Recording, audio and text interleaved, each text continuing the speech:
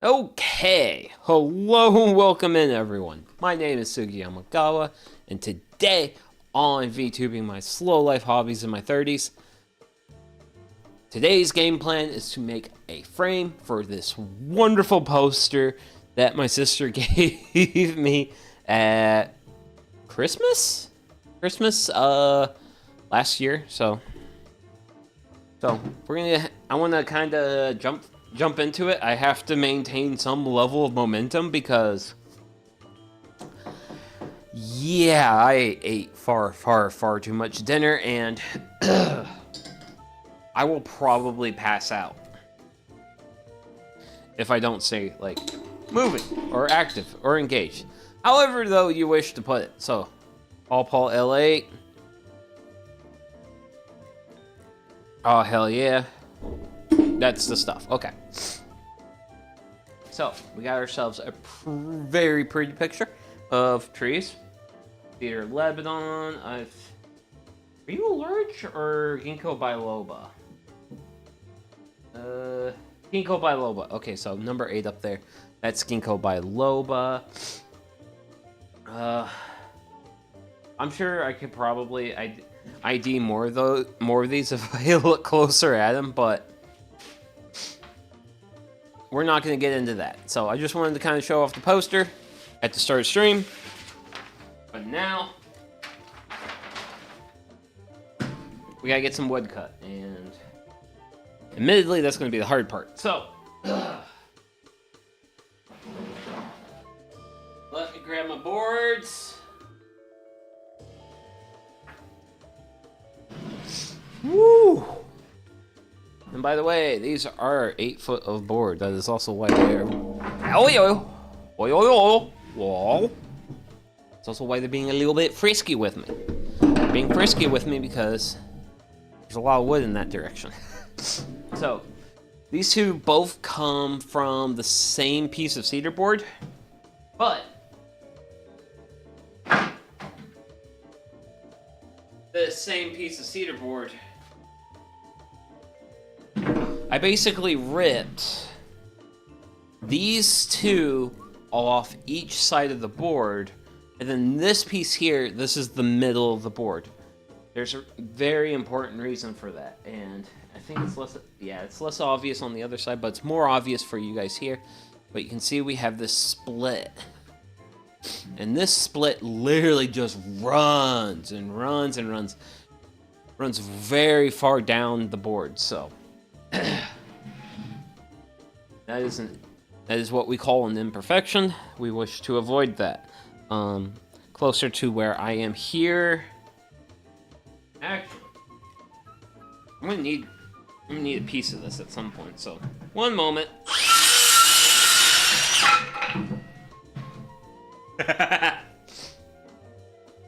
Ugh. Woo, dusty. Okay. Whoa. But there you go. So that's that imperfection that's been running down the length of the board.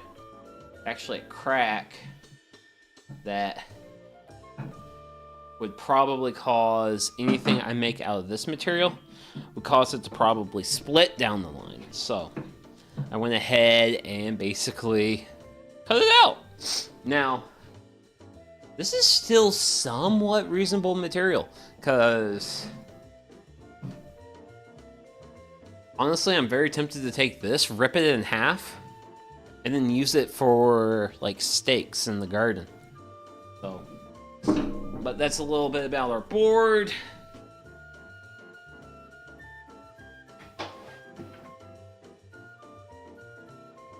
So, let's not get bored talking about boards. Sorry.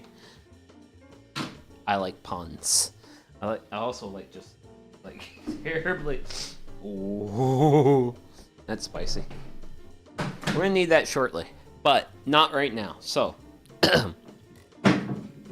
I've got 2 pieces of wood here that we're gonna be using for the frame. So, this is going. Man, I'm still kind of recovering from it, but I'm moving in the right direction. I just still have a little bit of ick left. What I have to worry about, so we do have rough ends, so I gotta keep in mind of that. So this is also going to be a half lap frame project, very similar to the last frame project that I did on the channel. However, though, this one is a half lap with ears. You might be wondering, Sugi, what is a half lap with ears? So here is my page from the magazine. So what we did last time for the VTuber Studio poster, that was what we did at the top. Those are half laps. Those are standard half laps. Now what we're going to be doing here today is we're going to be doing what's underneath it. So the lower picture. And those little bits of wood that stick out past the main frame, those are called ears. So that's what we're going to be doing. The poster is 19 3/4 by 27.5, and then we're gonna want to make our, so for our pieces, we're gonna want to make them 6 inches longer than those measurements. And why 6 inches? Because this is basically 2x material. It's technically 2 inches and a 1/16 in width. So it is a touch bigger, but not really a lot bigger than 2 inches. It's close enough to 2 for me to call it 2 inches. So I'm calling this 2 inches.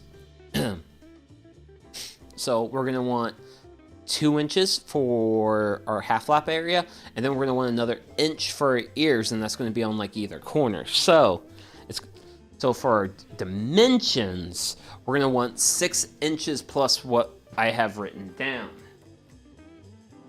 Which I know sounds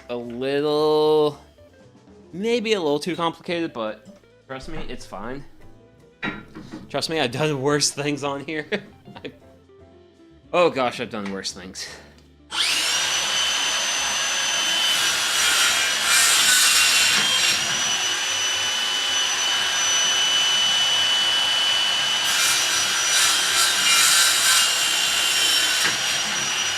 There we go.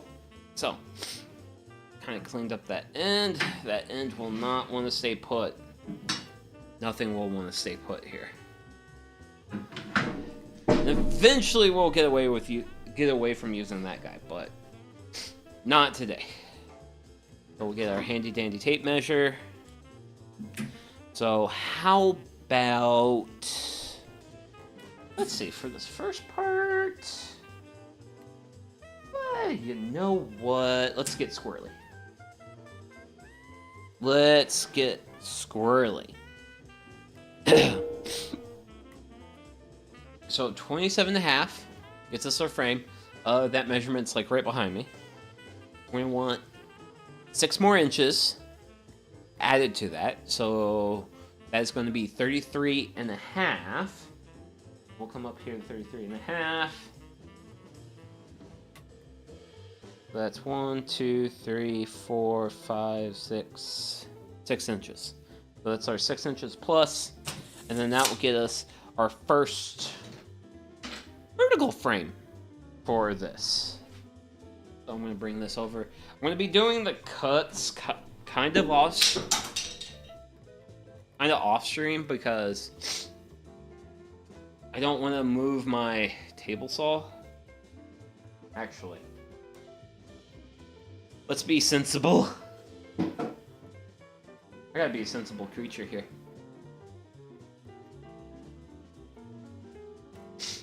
Ooh, man.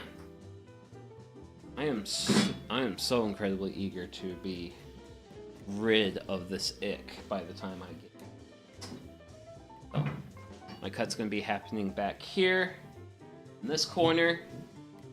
So, let's see, line up, yep.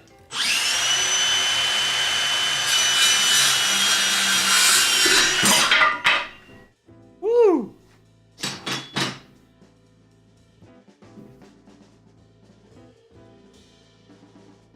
Woo! Got a cute little spline knot in it. Look at that cute little spline knot there. Cute little spline knot. So we'll go ahead and give this a measure.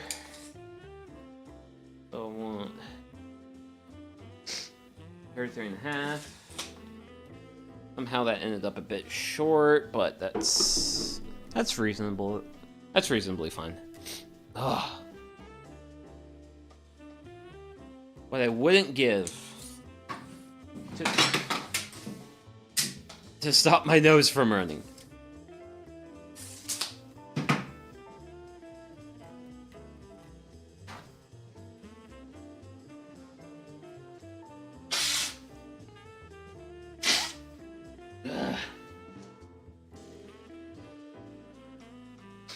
Man.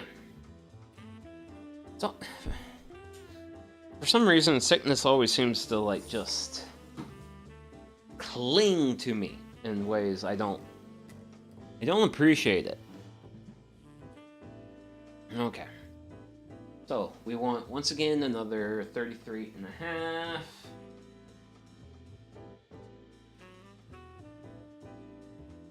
That's up there. Those go over there. And we'll bring this over.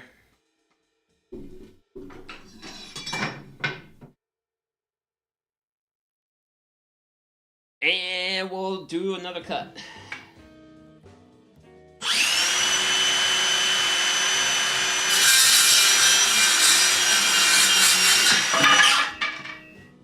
Woo!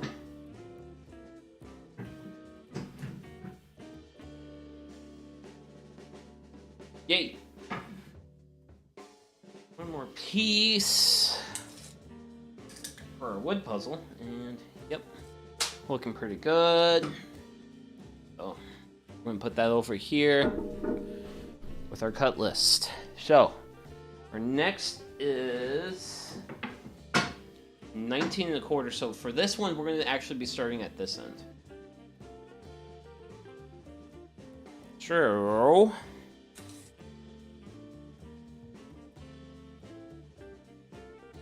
Get in here.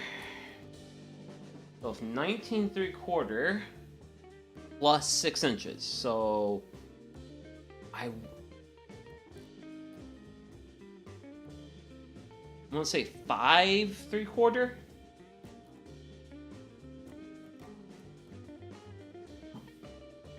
One, 2, 3, 4, 5, 6. Okay. Yep. 25 3/4 is our measurement. So I can do this over here, nice and easy like, because it gets easier with, well, you know.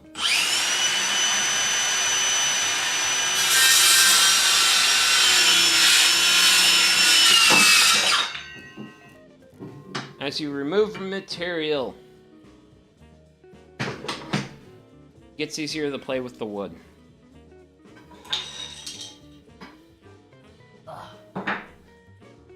I'm probably gonna want those scrap blocks later.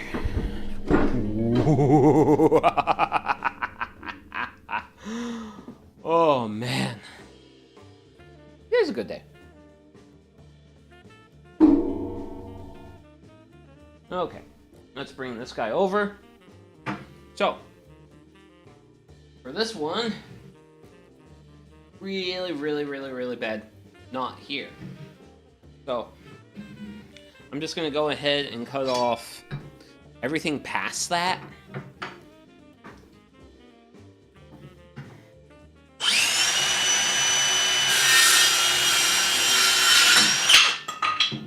And that will save me a little bit of time there. Well, saves me a little bit of headache. Essentially. So we decided 25 3/4 for this. Under 25 3/4. There we go. Right there. Well, right there. But the cut's going to be happening way over here. Because reasons.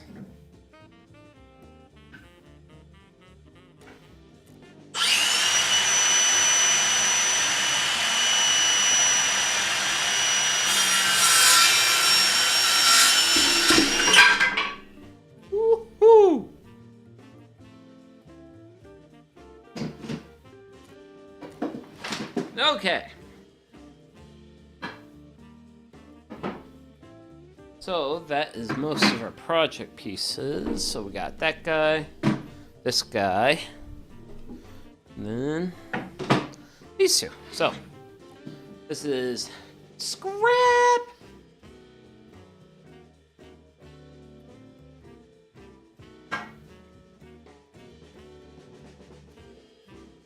So the scrap's gonna go back there into the back before the land. Well, the further away areas.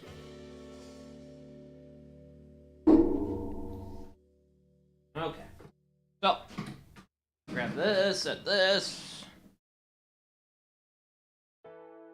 Let's get comfy. Actually, do I want to bring it closer?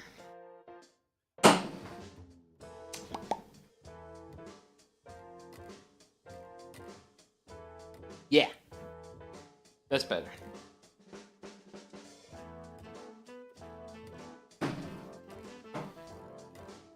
Because admittedly, we're going to be here for a little while. So, the next step for these guys is their half laps. So for the half laps,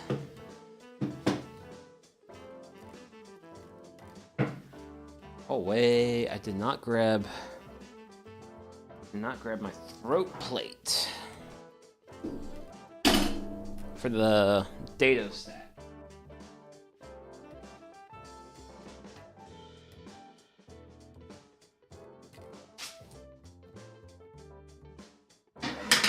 Throat plate! Unfortunately, kinda need it. It's a needed.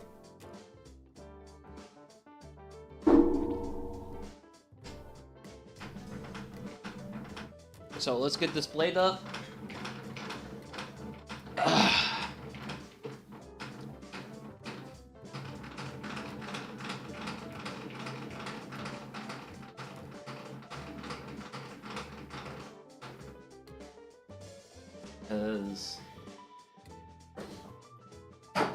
Okay, now, remember? Always disengage power when you're playing in here. Stay safe. Remember, just because a VTuber's playing with a power tool in the way doesn't mean you should play with that power tool the same way. Woo. Loosen my arbor nut.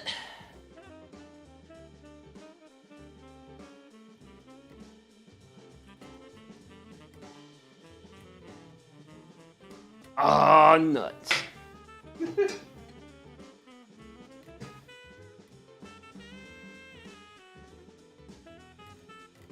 Then where's Saw Blade comes out? Look, it's Saw Blade. But Saw Blade removed. Now let's get in here and get our handy dandy data stack, cause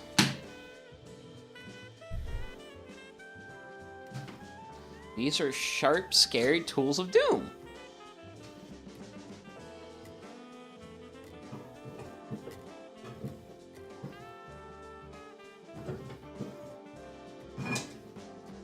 Go, first plate. Instructions. And then our magic shims. Now the shims are what enable me to do fine tuning of the depth. Now granted, I think I'll be basic with my depth here. I think I'll just do 2 the 1/8. Because with the 2 1/8,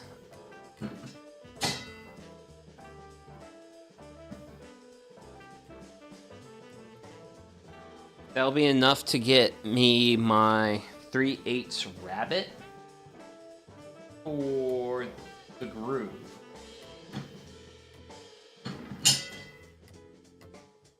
And then we'll do multi-passing to make the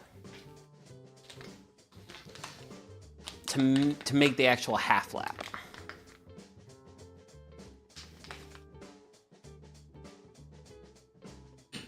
We're not going to try and cut the whole half lap in one go. I cannot cut the whole half lap in one go with this dado stack set. Like, it's just not possible. So close.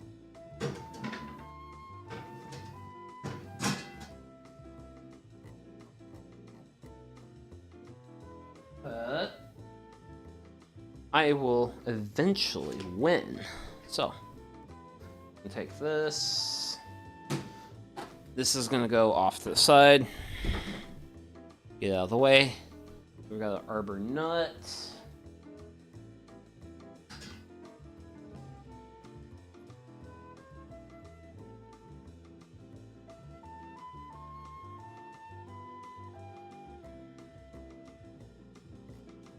Hopefully I can get it in here right.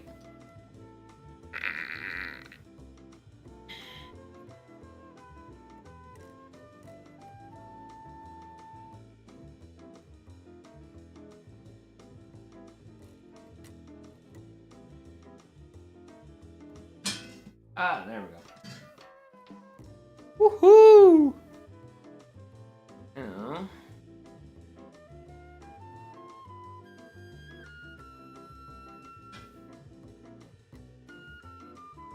that on.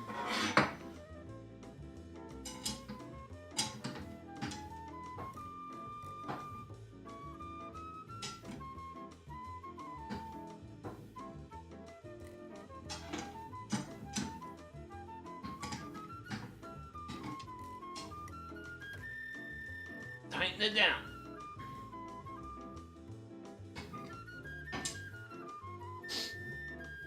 Oh, I need to remove that riving knife.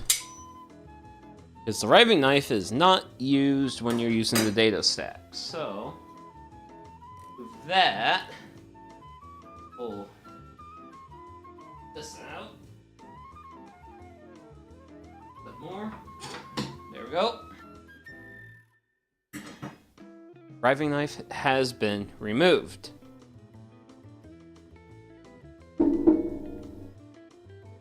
This stuff goes off to the side. And now we bring our dado stack down.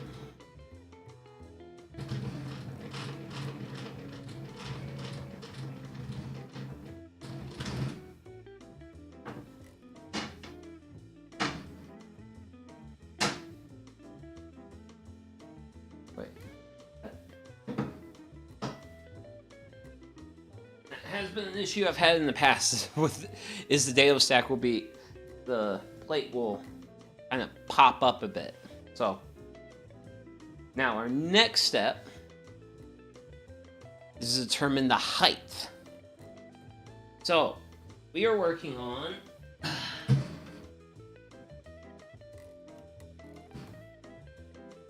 our rabbit right now. So the rabbit is going to be for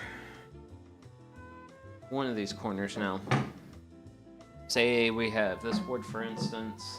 Lots of clear grain on this side, and then we got like a knot up here, knot down here, knot here. So we got quite a few knots. So I'm thinking we'll do this one on this side, this one on this side. Let's see what we have here.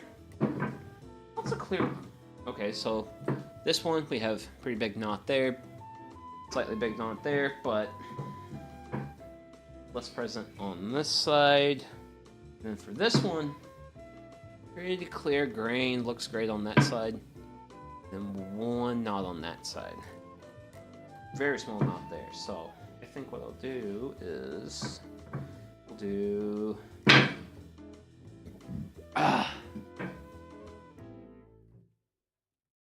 we'll do something like this in terms of framing. Now,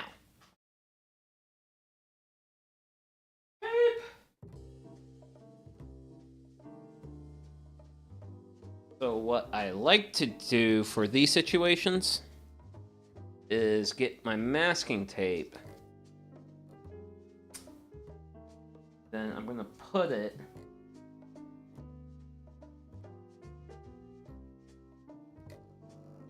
like here. And basically what the masking tape is for is it's marking the side of this material that I want to receive the rabbit. So essentially the rabbit's going to go on like the inside part of the frame. Inside part of the frame. And then the masking tape is to just, while the saw's running and sawdust is flying everywhere, it kind of helps me keep it straightened out, because what's probably going to happen is they're all going to get run through table saw with the side that's going to get the rabbit facing this way. So, need a fence. Fence I will have. Lock her in. And adjust as needed, which in this case, we really need to bring this fence in. So I'm going to take my board. And really, I don't need a super amount of depth, but I mostly need, actually, we'll bring this over because I'm more interested in finding my words I would like to find. But depth. Depth is the word. Ah, there you are. Ah! There we go. There's my push block. So,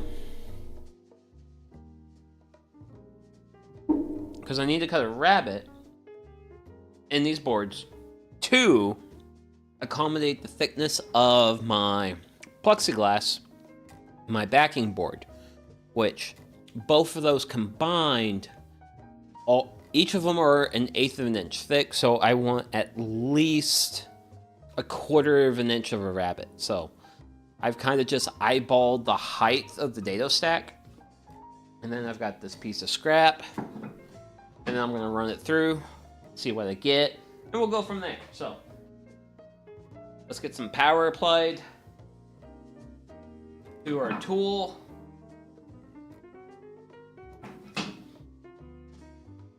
And let's make some sawdust.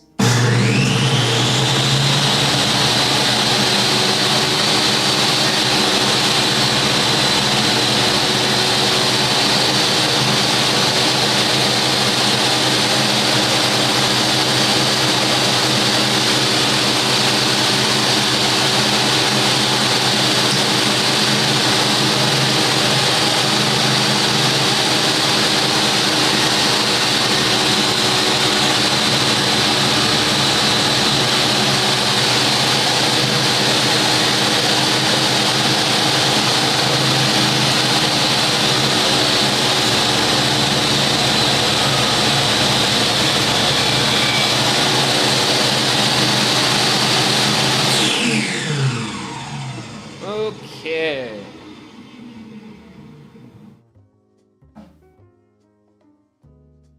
So there is our rabbit. It actually looks like that looks pretty good to me. Grab my machinist square. Actually, I think for so for this part of the rabbit, we'll make that a bit smaller. But for the depth, let's see.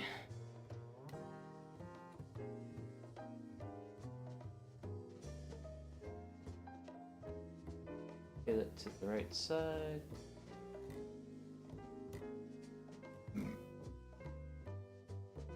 Damn it.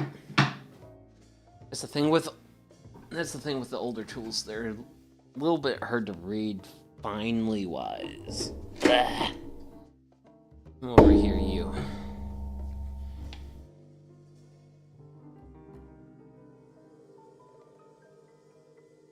So, we have 5/16. So, the depth of this is 5/16, which is pretty close, but I think we can lower it a touch. I think that touch lower will be great. Now, as for the actual width of the rabbit, we'll narrow that, so that is... Oh yeah, so the width of our rabbit is nearly a 1/2 inch, whereas that side of the world is 5/16, so we'll want to make rabbit a touch smaller in that direction.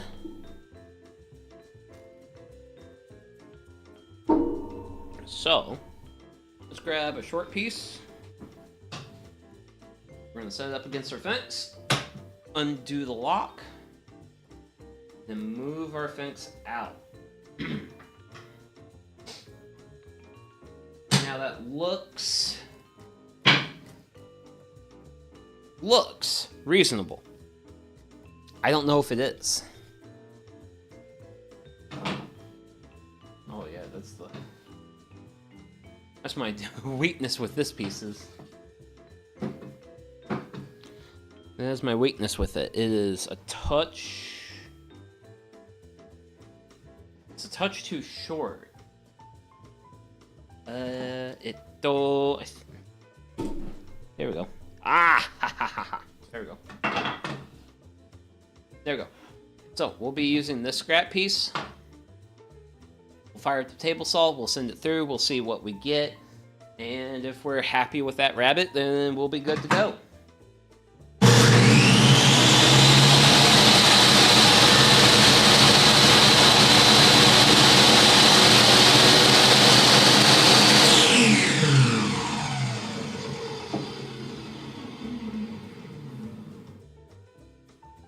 So, look at that cozy little rabbit.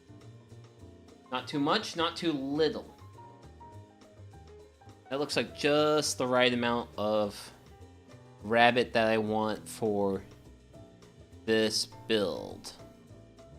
So we got basically quarter, I think. Yeah, actually, yeah, maybe. Yeah, pretty close to quarter, so. Pretty good. So, we're now actually ready to start playing with this material. Our actual work pieces. Okay. Got that. So, let's do our first work piece and we'll see what we get.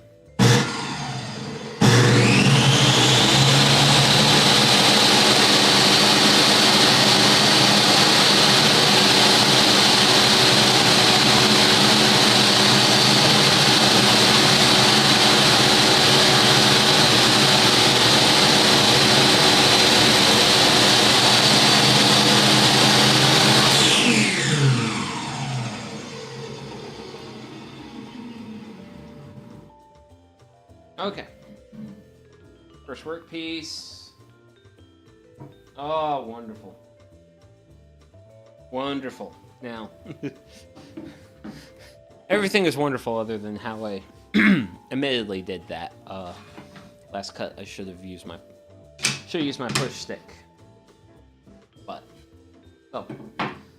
feeling really good. I like how that turned out. So, let's go ahead. Get the rest of these done.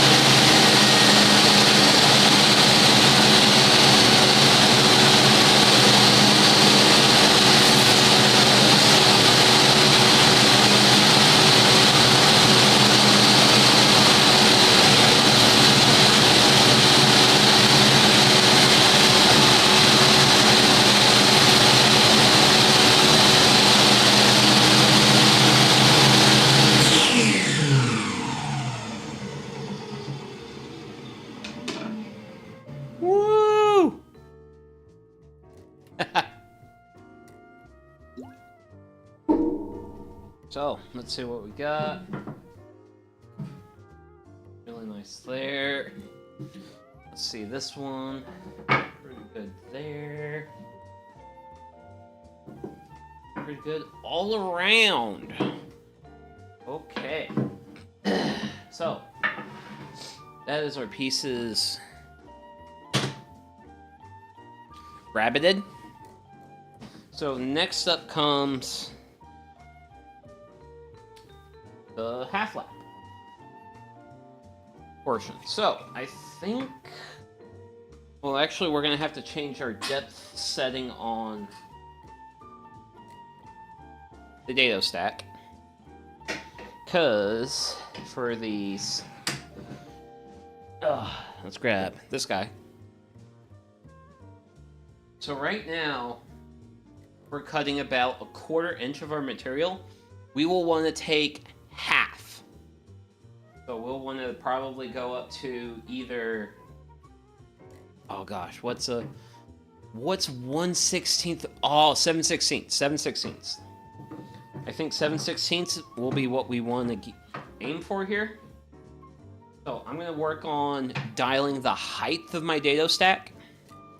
And then once I get the height of the dado stack set, then I'm going to want to figure out where I'm going to actually be cutting my half laps on these guys. So,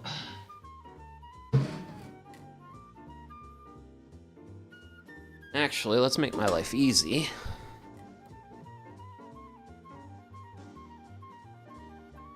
Or at least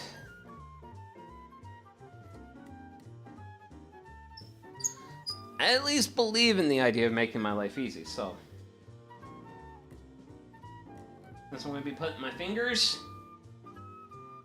on blades. Disconnect power. Always disconnect power. So what I have is I've got this square. I have it set to 7/16.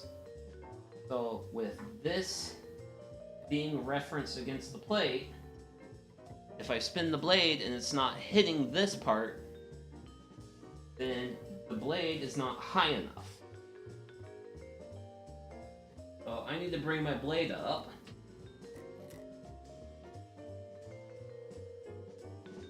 See what that does. Okay. So the blade's now touching. Let's see if we can go touch down.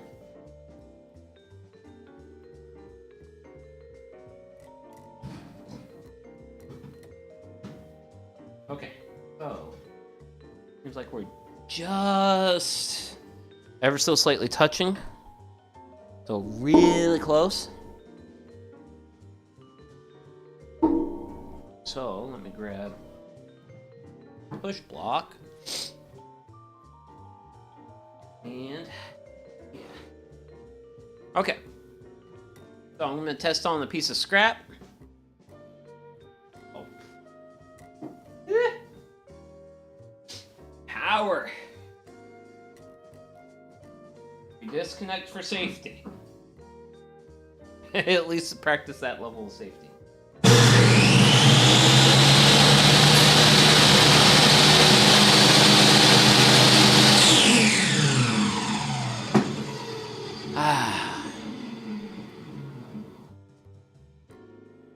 So, my goal is to make that depth half the, yeah, but I think I really came short. So let's raise it up.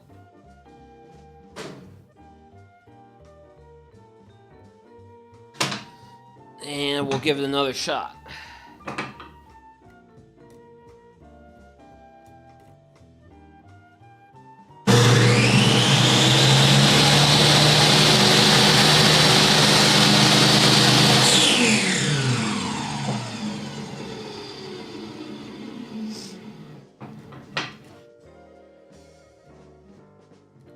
So that is looking a lot closer to half the width of our material. Let's Let's see what this guy says. This guy says we can take a bit more. So it goes a bit higher up. And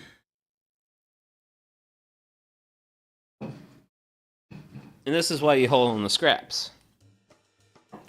Especially scraps made out of project pieces from the project you're working on now.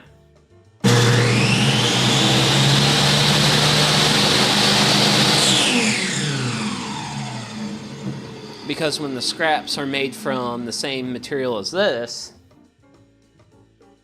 it makes it a lot easier to do apples to apples comparisons. So now we're really hitting that half.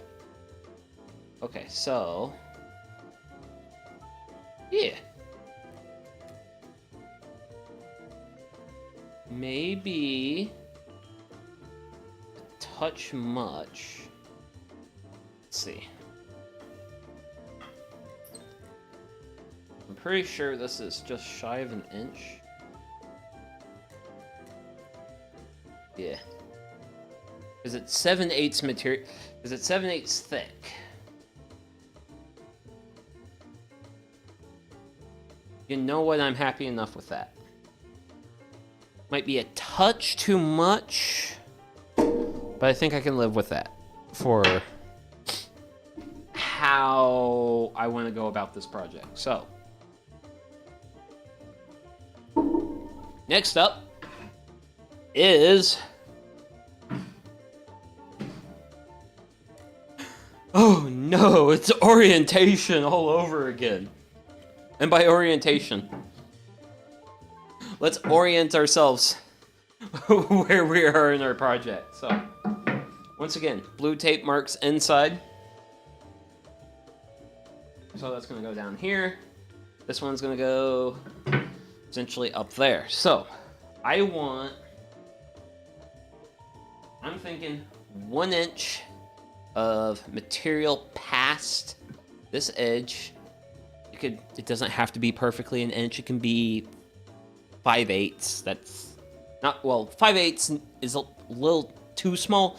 I meant 7/8. 7/8 is fine. Like, as long as I'm within 1/8 of an inch from an inch, like, that's gonna be fine.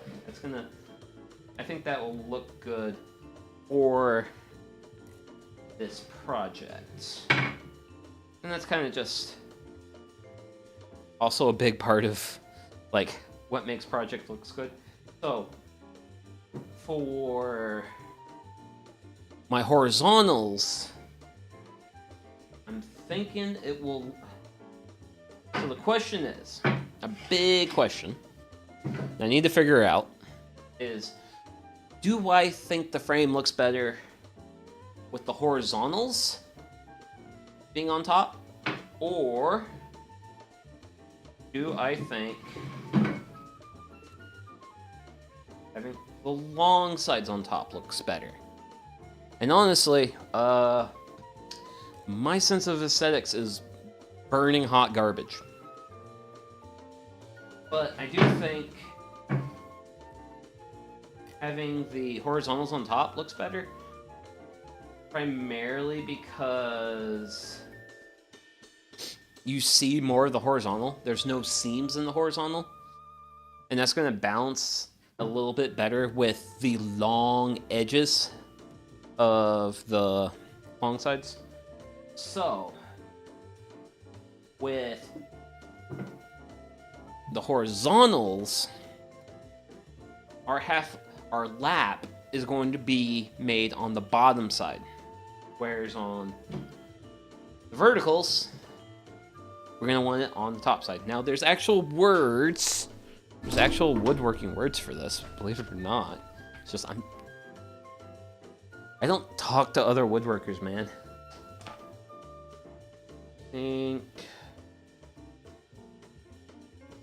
Okay, rails and stills. Now, which is... Actually, I don't know which one.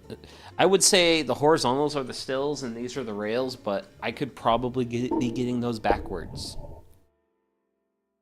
I'm not good at this. But that's also the thing. You don't have to be good at this to have fun with it. So, got this. I now got to... So now that I have a plan for how I wish to do the half laps in the frame,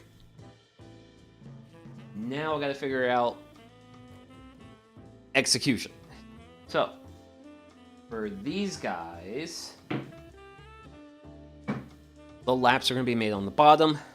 So, that makes those pretty easy. For these two, the laps are going to be made on the undersides. So, the non-tape side. So, we're going to worry about getting these guys done before we move on to those guys. So, what I wish to do is set up a stop block. And honestly, for a stop block, I don't know. Part of me wants to use the featherboard, but featherboard might be a little too much, but so what I... Oh, wait. Haha. I think you're...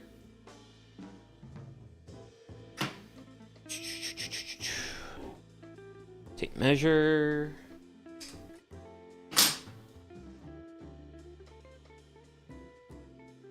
Oh, that's weird. You're a little bit under an inch. Okay. So, having that against there, that there,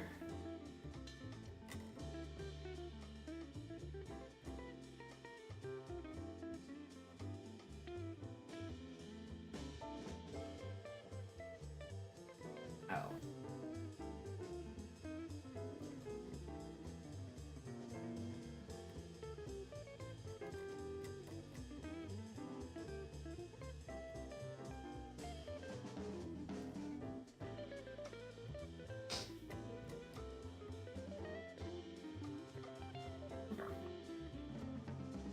So, once again, before we actually commit to work pieces, I'm gonna grab this guy. So, here is the game plan. The game plan is I'm gonna have a piece of board here.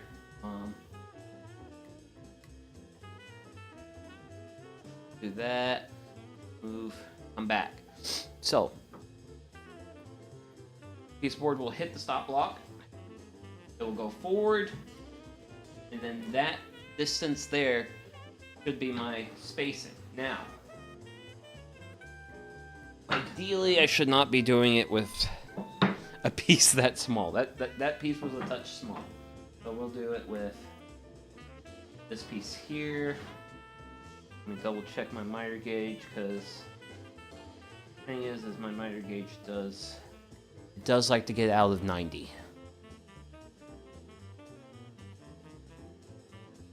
That's because it's the cheapo miter gauge that came with the table saw. And you know what? It works, but I do want to get a nicer one someday. Which, really getting a nicer one just comes down to, one, me doing the research, and then two, actually buying the dang thing. So, I'm going to use the pusher, put downward pressure, and let's just see what we get. So, got our piece against our featherboard. This is our stop block.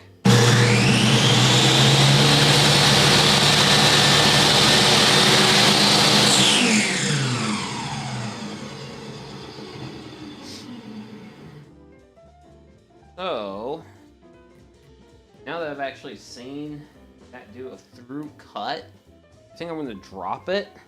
Touch.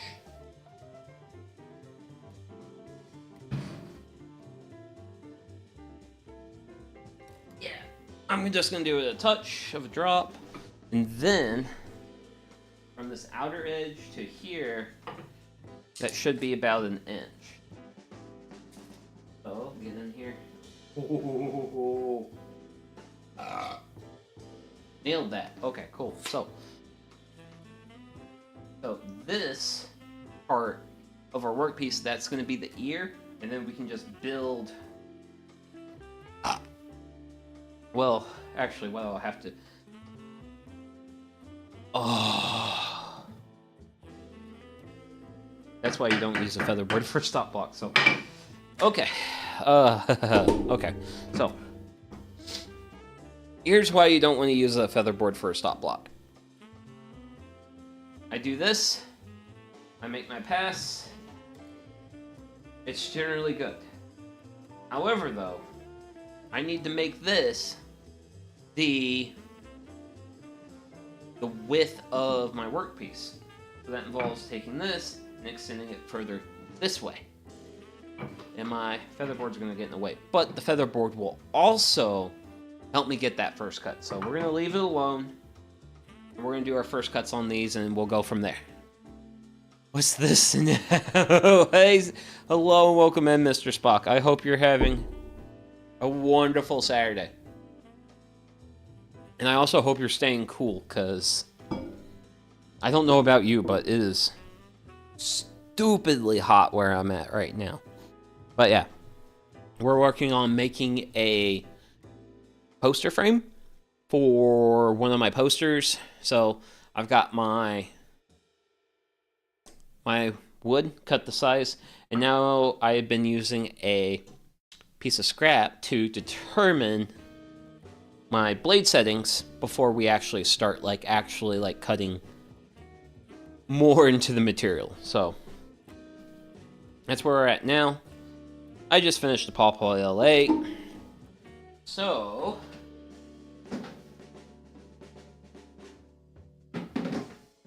I guess since you showed up, it's nice here, not too hot. Oh, that's good to hear. So I'm going to go ahead and have a non-alcoholic beer. Cheers. Yeah, I think the high temperature for today was supposed to be like 96 Fahrenheit. Way too warm. Far too warm. Okay. So let's bring miter gauge back. So the fun thing with this is all I can do is press that in, bring it forward, pass it through, and then I'll flip it, do the other side, and then we'll do the same for the other piece. So, get that, and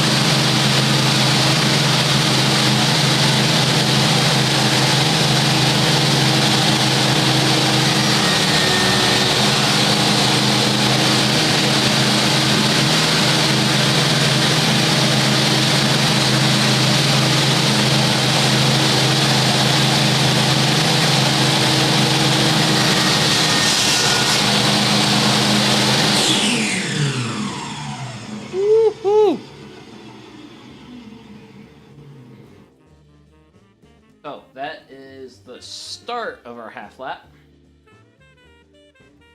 Now to finish it, I had to get my push block out of the way.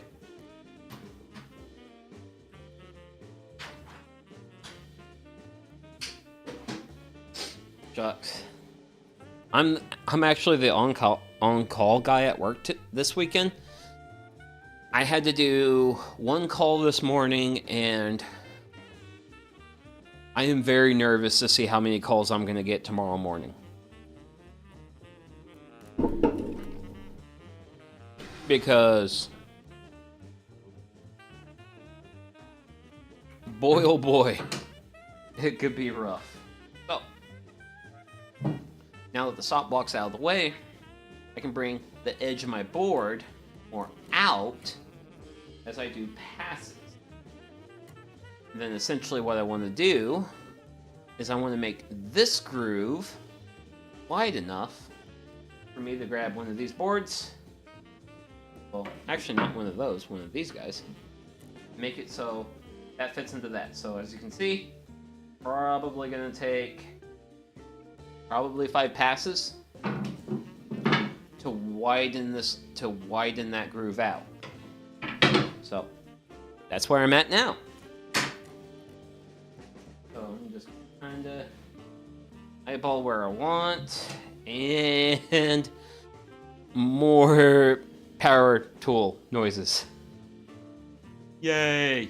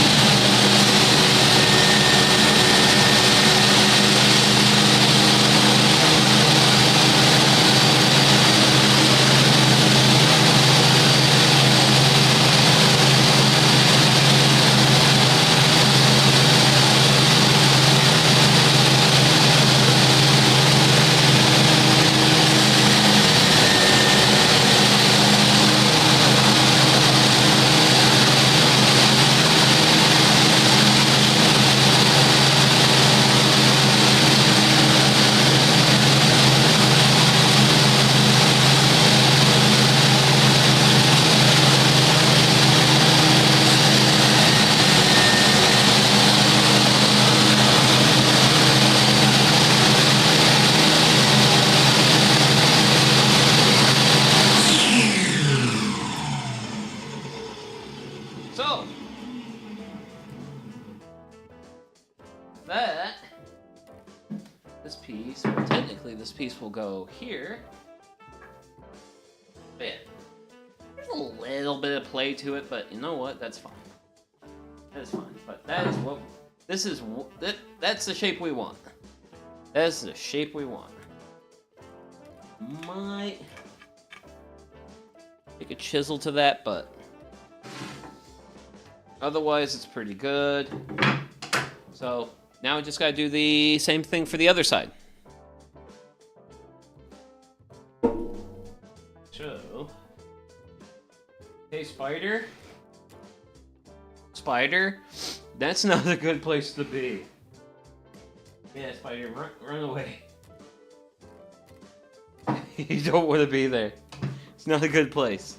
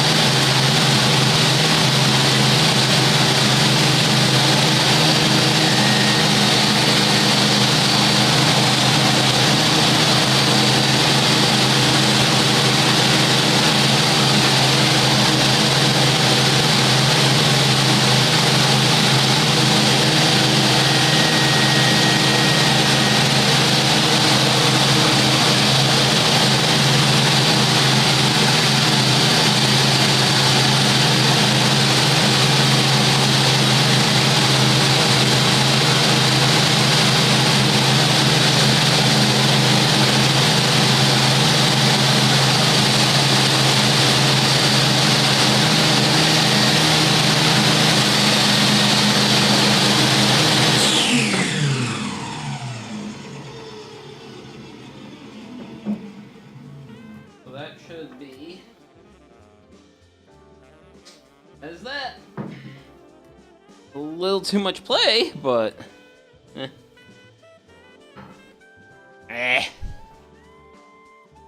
whatever.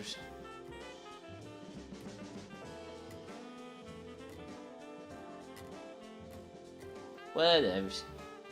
There we go.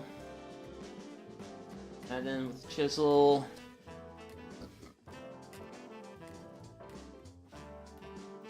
And we got that in. That is 2 extra large dados. Hold the onions. Oh. And that's those for that. This piece should probably go off to the side. Merely to declutter table saw. Because the more stuff you have going on, the more likely stuff is to bump into each other. That's how you get less than ideal time.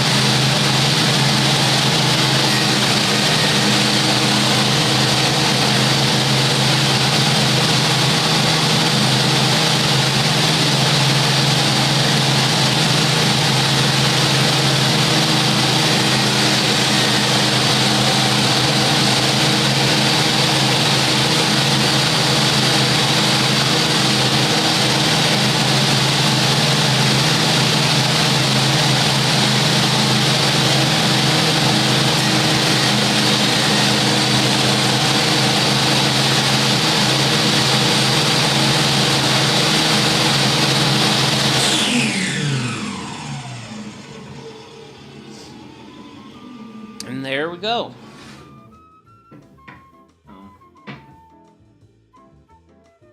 Oh, that's why. Okay.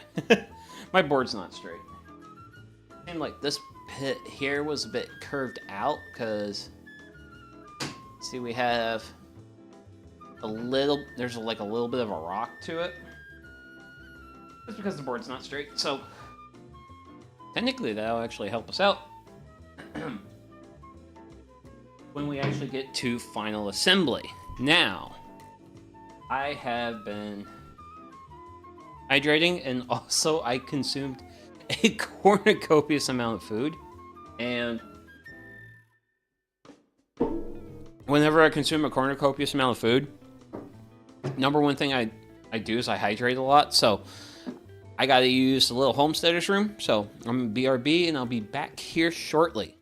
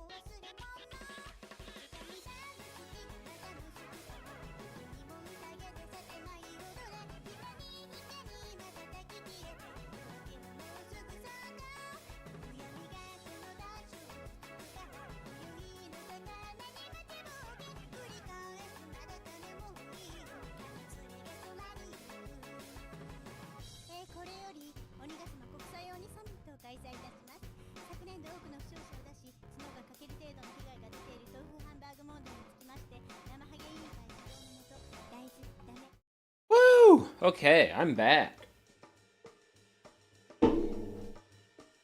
And ready to kick up more sawdust. So, earlier on these parts, we did our half laps on the bottom side. These guys are actually going to get their half laps on the top. So the tape will be facing down, and this rabbit we cut earlier will be facing up. So that's going to be that. Now I have to wait. Ooh, wait.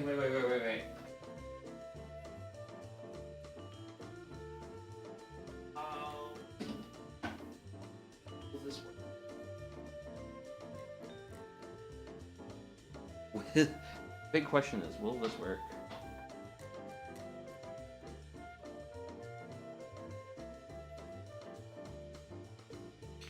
Whoa.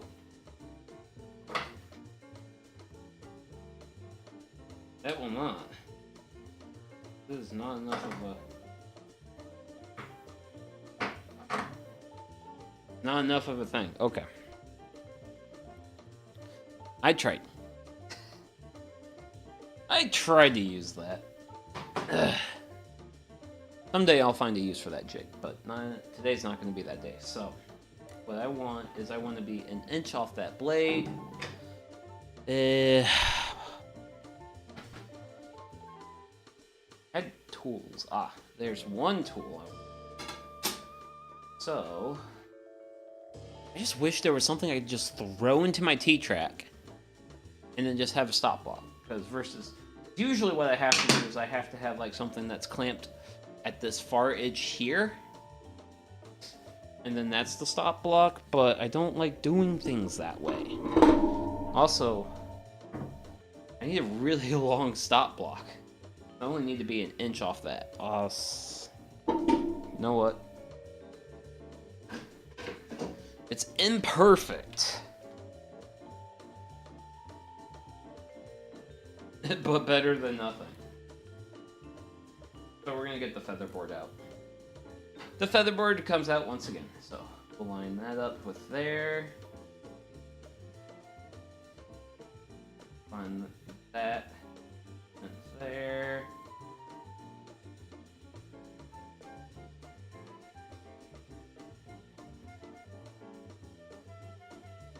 Get that tightened up.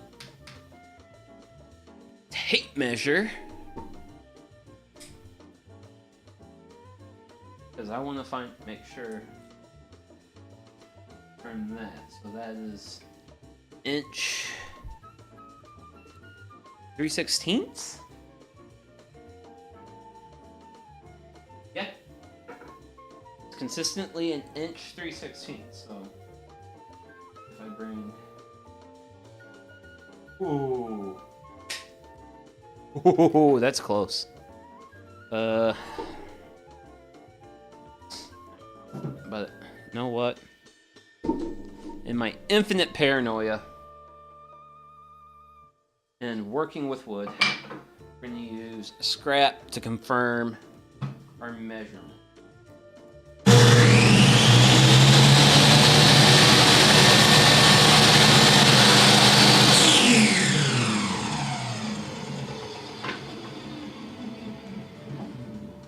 So that should be an inch. It is actually a touch short. One touch short.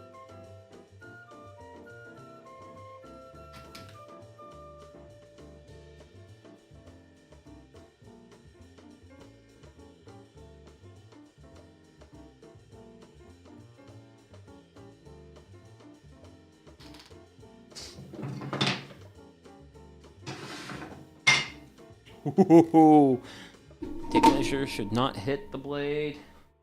Bad.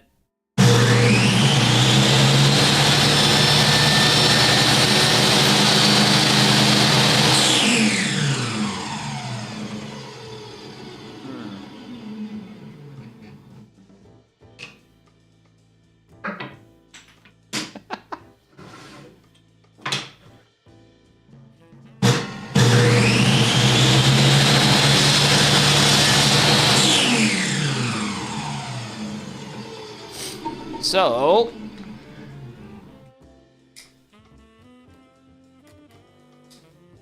here. Oh. Really dang close. Really dang close. So that's also why we have scrap wood. That is why we have scrap wood. So we can dial these things in. So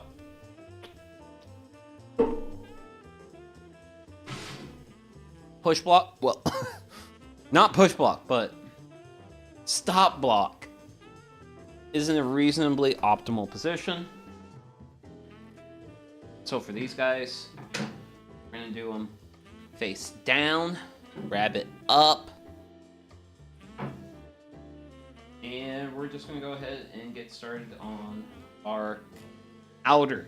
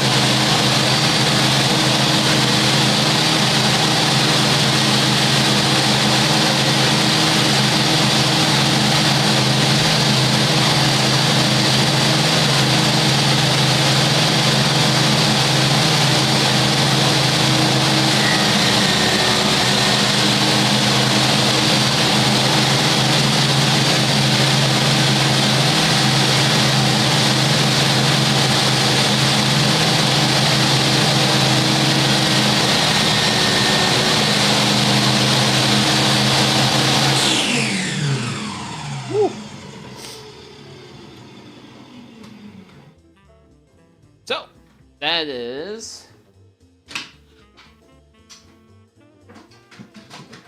the outermost. So that determines essentially the size of our ear. So we now need to come in on all these. So it's gonna go there. This will have a spot there. This is our check. Because as we run this through, do passes, I'll be checking on this board because essentially this is how it's going to go up. Oh. Whew.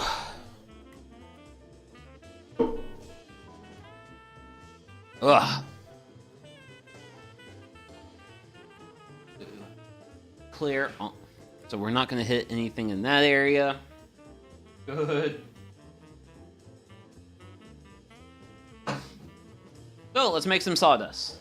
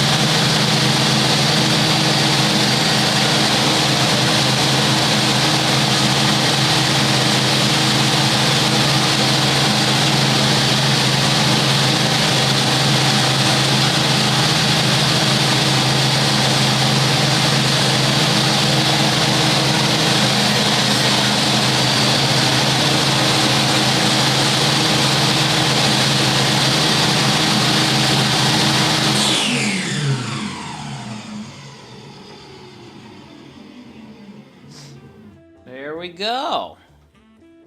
That is 2 more dados done. So we now have to finish up this piece. And then once we finish that piece up, we're now done. We will then be done with the dado stack. So we're almost done with one part. Almost done with one part.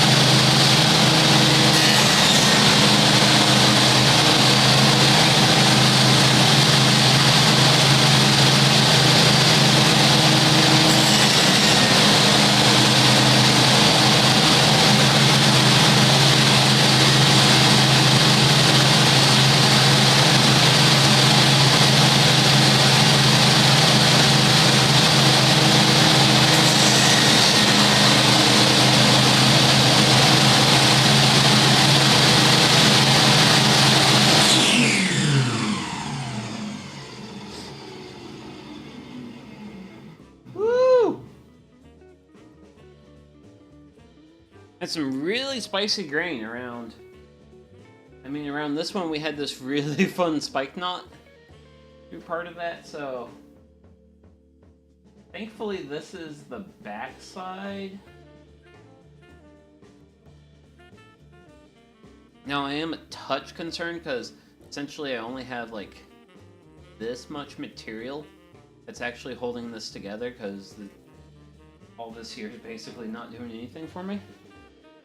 So, who knows, maybe a really good jab of being a little bit over generous with wood glue might help with that.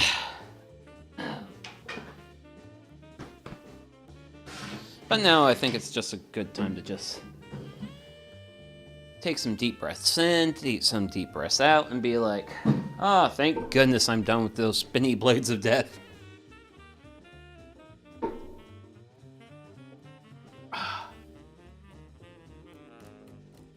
Oh. Let's disconnect power. Power's disconnected.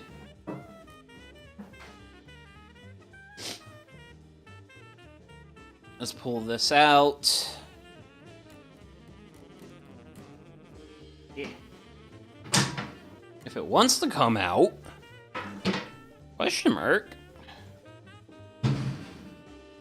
And then we'll go ahead and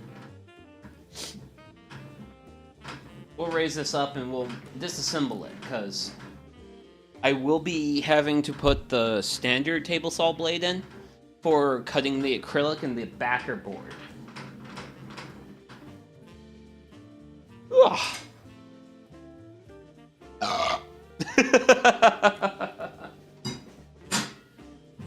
Ah. Let's do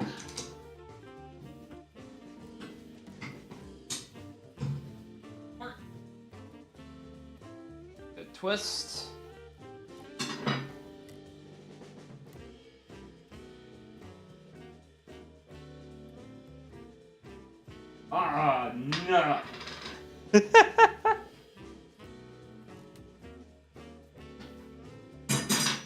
I am going to stick with that joke for a very long time.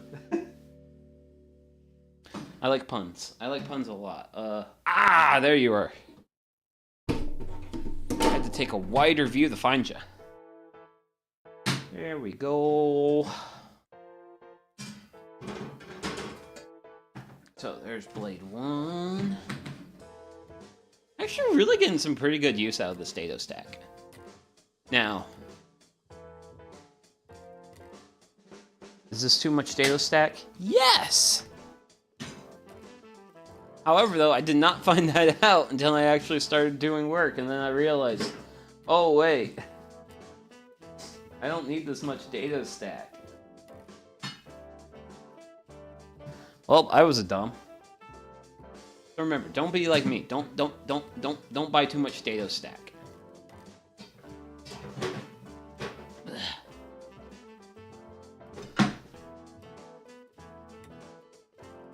What? I heard car horns.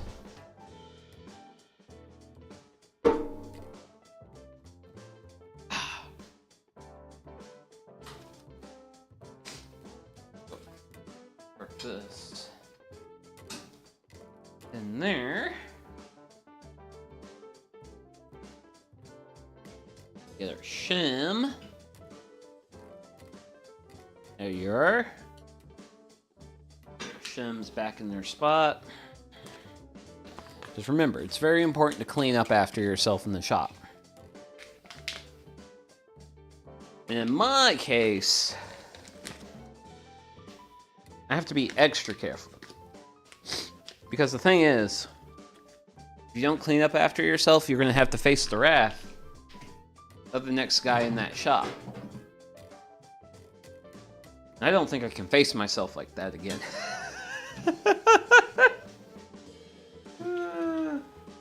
Okay. There you are.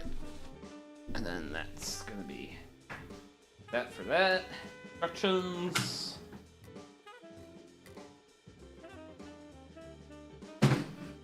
And that is the data stack. Locked away. Till next stream. Well, no telling if I'm going to actually use it next stream or not. I have not a clue. So we'll get our next blade. Well,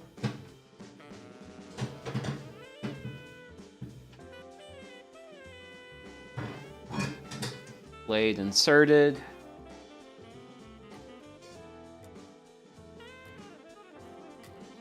Nut.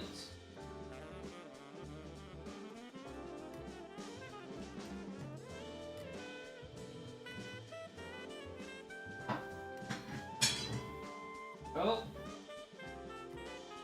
And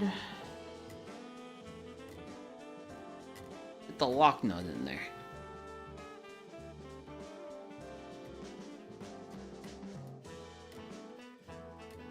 Maybe.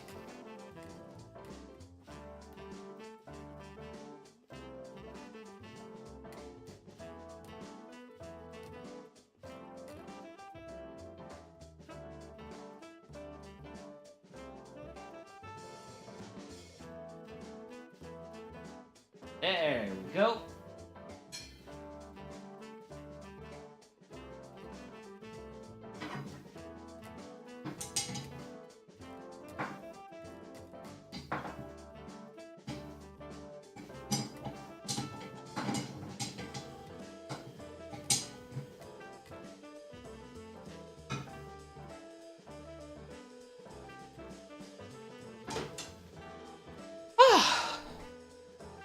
And now it's all safely locked together. Ooh, wait. And also, speaking of safety. Hiding knife.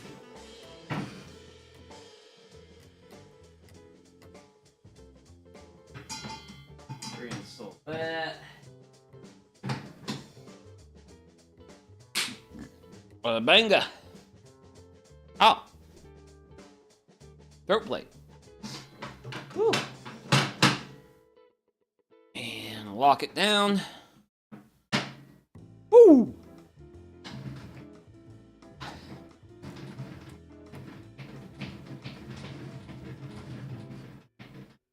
I do like my table saw. It's a nice table saw. Even if it's just a contractor's grade saw, I've done a lot of work with this guy. Now,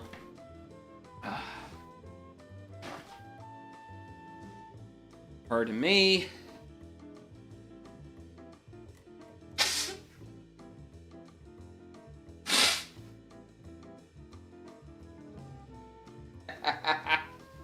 Okay. So, next up is gluing. Wait. Ah!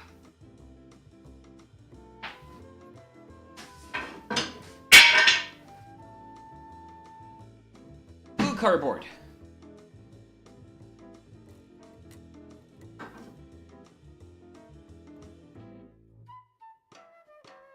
And let's put some light on the situation.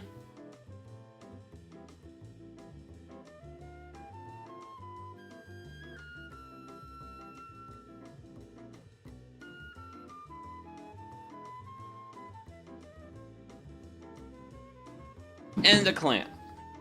And a clamp. And a clamp. And another one. We're gonna do a clamp for each corner.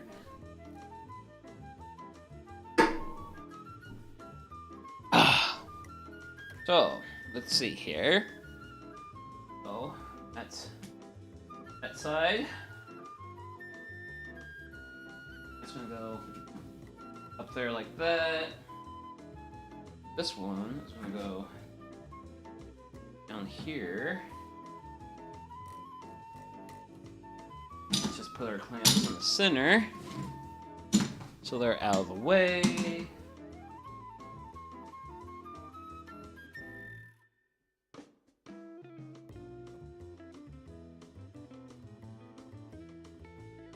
Ooh, okay.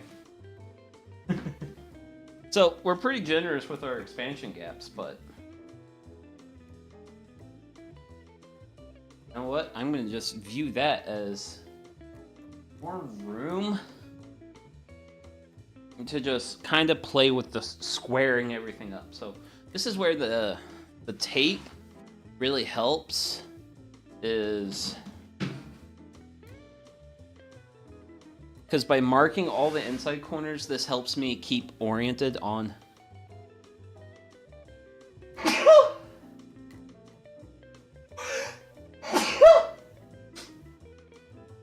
how this comes together, which is really important with how we were doing the cutting for the laps. So, and here we have our cute little ears. So, let's say overall, look, right now it's not amazing, but you know what? I'm gonna be happy with what I have at the end of today. So, and that's really the best outcome is with a project, is being happy with your project. So, actually, I'm gonna clean off my glue so that way I get a little bit better of a flow out of it. So,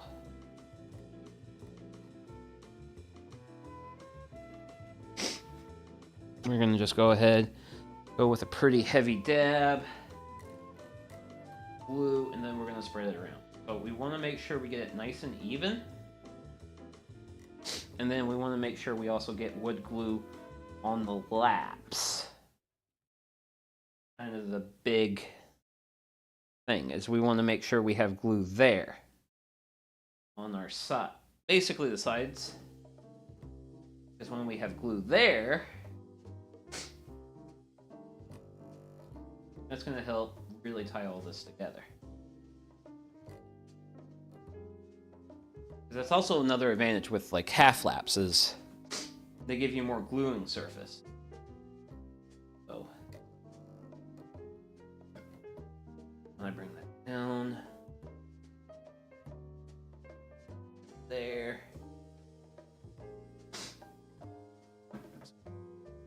That's one side of the world. Then we'll move to the other side.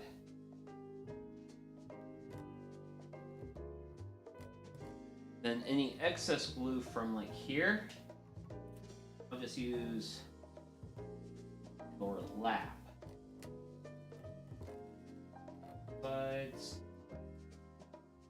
Good. Laps. That.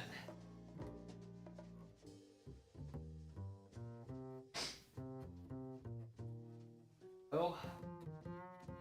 And my finger with wood glue on it gets wiped on the cardboard. The cardboard is not just to protect the table saw. Also a wiping surface for me. So let's just go ahead and grab our first clamp. Grab one of our beefy boys.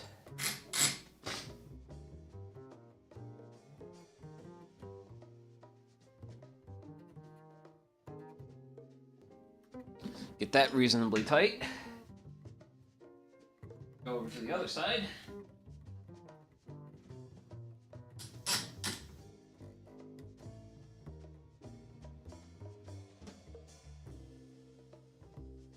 Get that reasonably tight. Now with both of those somewhat tight, we're gonna get out our square. See what? Where is it?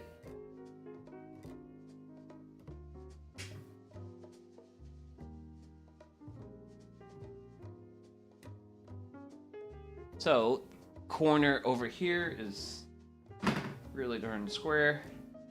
Cinch it down. This move this close. Good enough for VTuber work. Okay.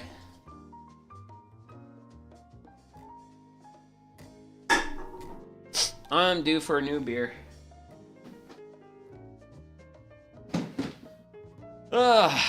Good old replacement beer. Cheers.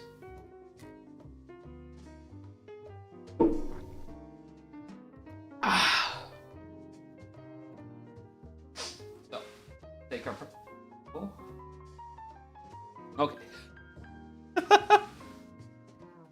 Bring you around. And that's another benefit of the cardboard. Is it letting me spin all this around with ideally not knocking my glue off my table saw?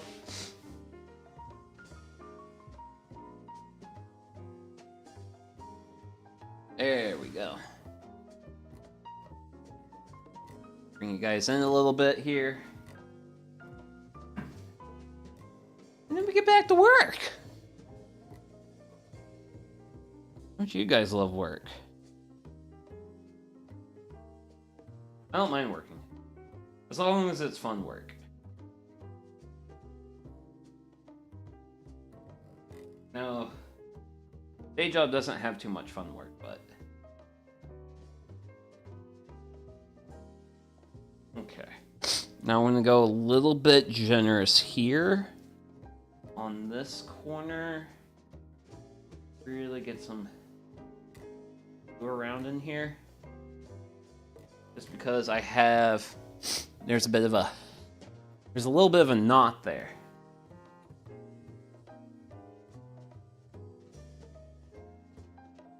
Nice dab of glue going here. Get it on the sides. All around.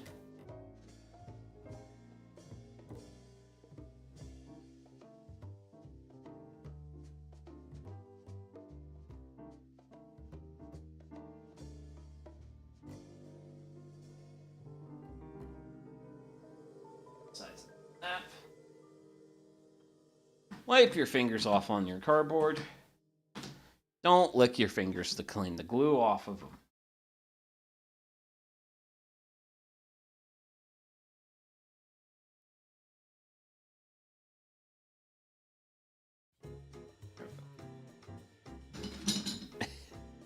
I might reinforce this corner with some more glue eventually, but for now, I'm gonna get what type? Yep. Funny enough, that was actually connecting and holding.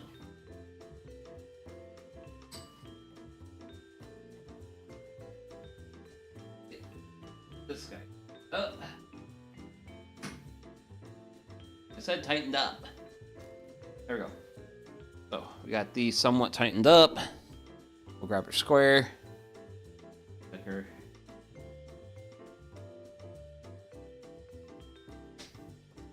Got a little bit of a challenge because I have that guy getting in the way of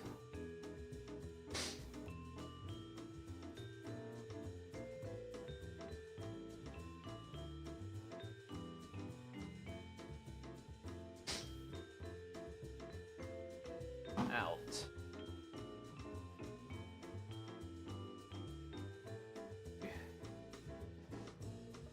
That I want because I want that side to move over. This honestly, this side's perfectly.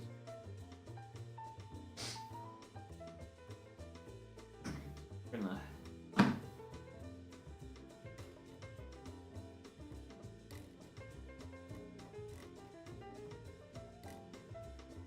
get that nice and clamped up. An inch there. Hey, did I hear you let go? Where'd you let go?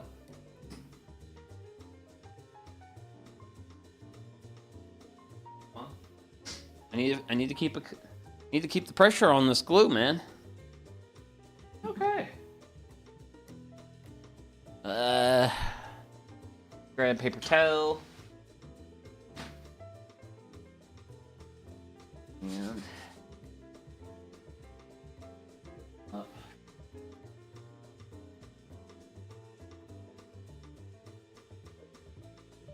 Can.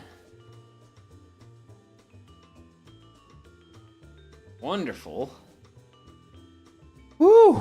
Okay. So that is the frame framed.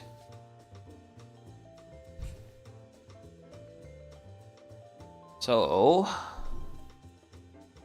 for my next step is getting my tape measure.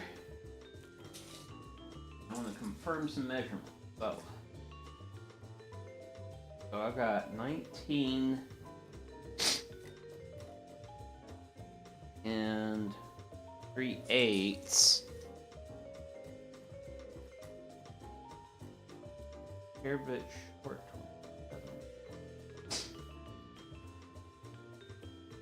Okay. I need to double check. Okay, so we're gonna call that 19 5/8 and 7.7 quarter.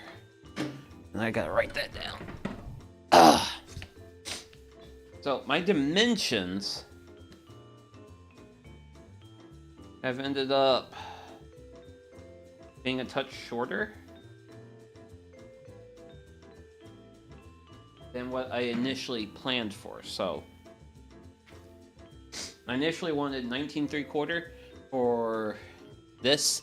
I ended up with 19 5/8, so that's not that bad. That's 1/8 off. I'm a 1/4 inch off on my length. So I think what happened is I made these I made my ears a touch longer than an inch, and then these were a touch longer than an inch, and that's what caused me to lose size. But that's admittedly fine, because if we look at my poster, because this is what we're trying to get framed.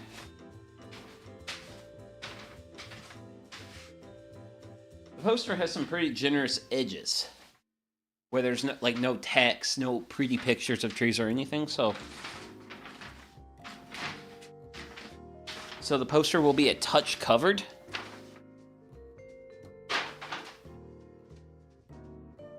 But the point of getting those measurements I just got is those are the measurements I'm probably going to want to go with for the acrylic and my backing piece, which are going to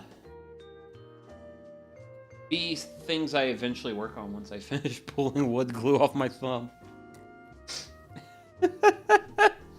Oh. Okay, so let me just double check. Yeah, 1958.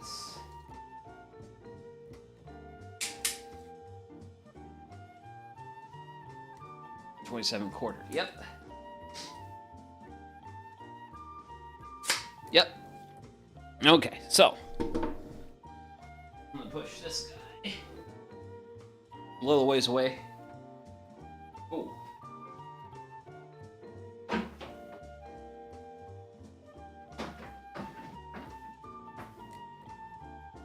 I gotta clear a table off to send the frame that's glued up to.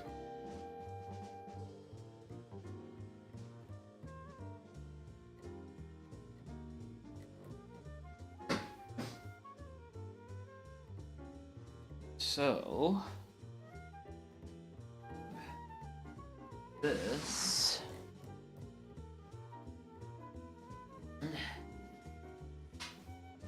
woo-hoo.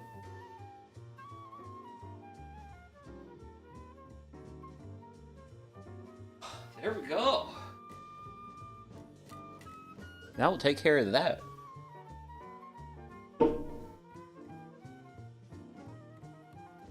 Now,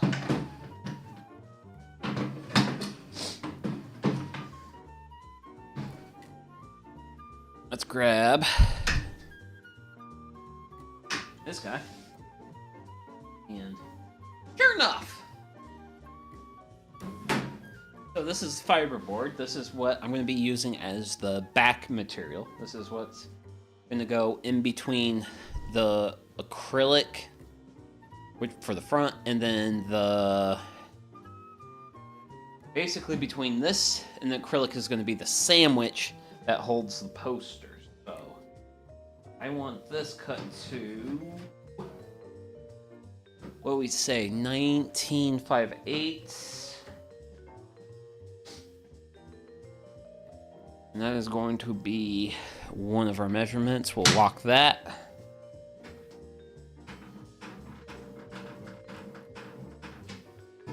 We'll raise our blade up, and we just need a touch.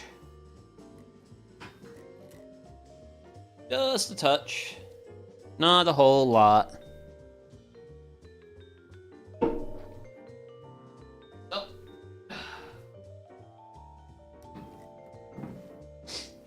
With that.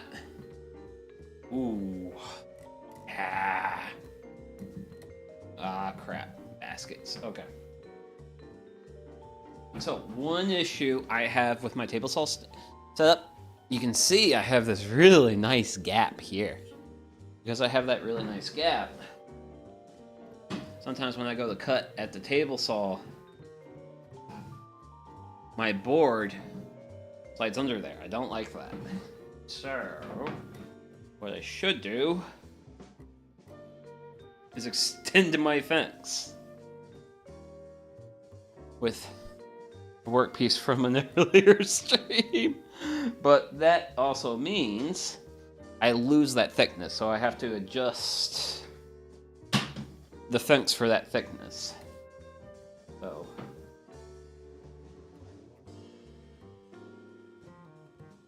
what are you? I think you're 7/8. You're technically a touch smaller than 7/8. Okay. Okay, so Let's see here. So 7. Improper fractions. Wait. So 3/8 brings me to 20 inches. 3/8 brings me to 20 inches, which is almost half. Past half. And that should be 19. Oh, wait. Oh, wait.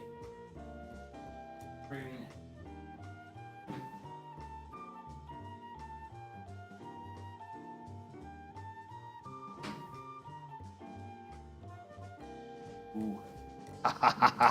There we go. Eventually figured it out. That's what tape measures are for. Figuring out. And now with that piece there, that's going to keep the board from sliding down my fence. So. Oh, wait. Did I disconnect power? Yes. Because I was taking the dado stack apart. Damn safety getting in my way once again.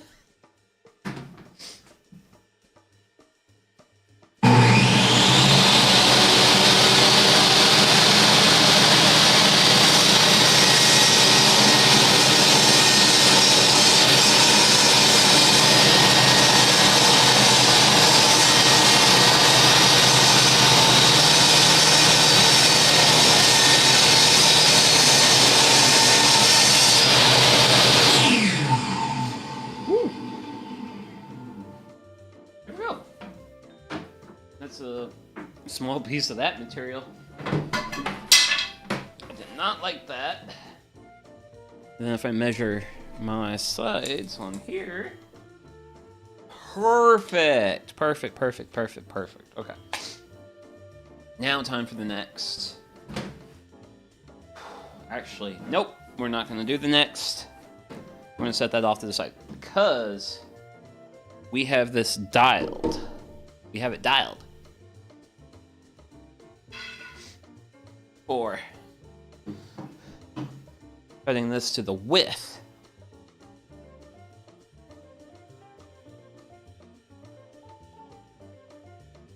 And I've got acrylic.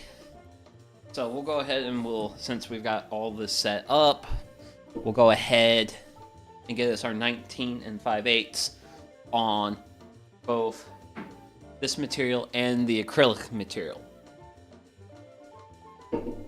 Now for the acrylic, this stuff cuts. It just cuts. It cuts easily. Now for the acrylic, it takes.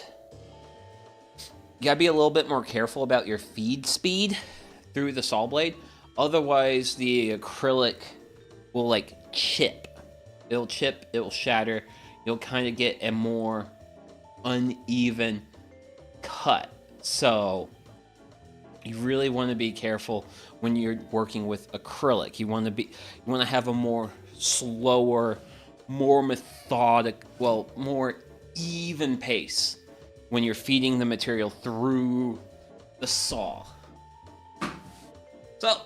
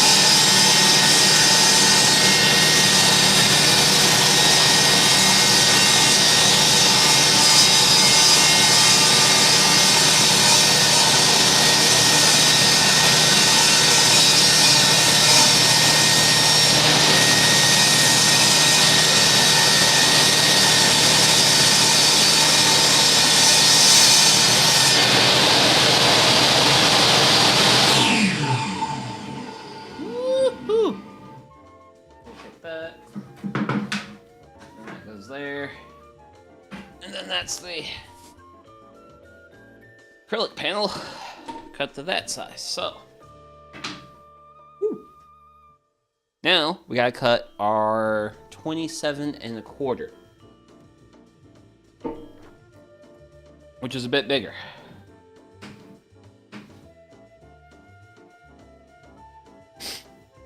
I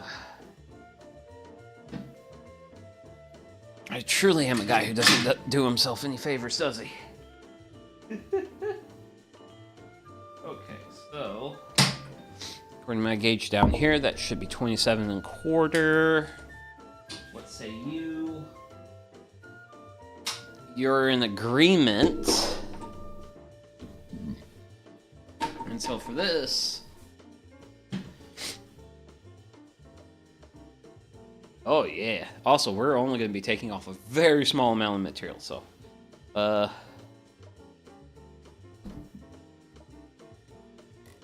okay. Okay. So this should be pretty straightforward.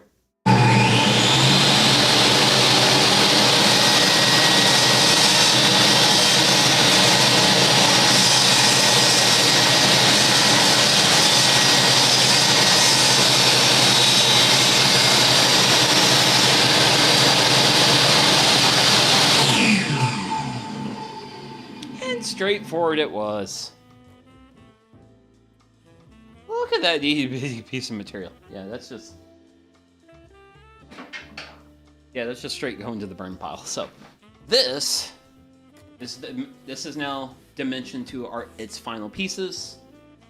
Well, its final dimensions. I don't like how it's said final pieces, final dimensions. Ugh. Okay. So let's get our acrylic. It's not going to slide underneath our fence. It slides pretty well on the surface. I feel very comfortable. Let's make a cut.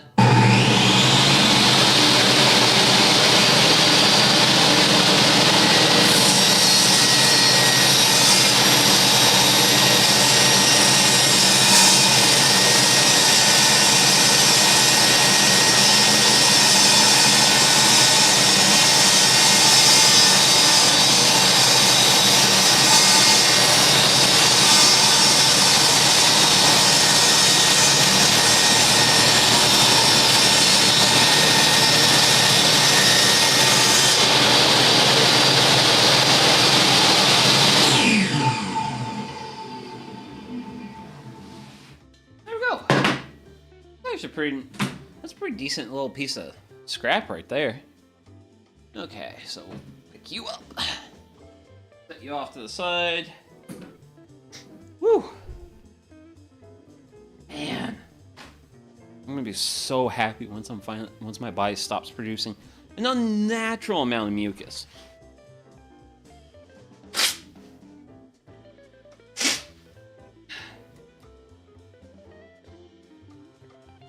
Man, that paper towel holder's been really playing some double duty.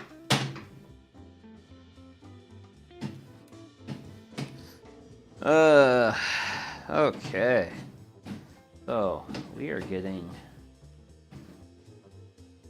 I don't know. We'll kind of leave it out there.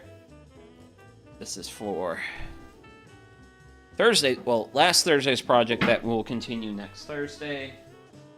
This is scrap material that needs to go scrap bin.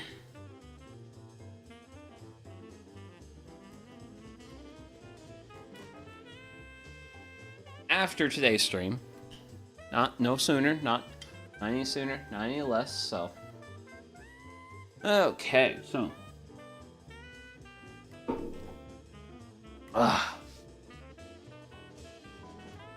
Now,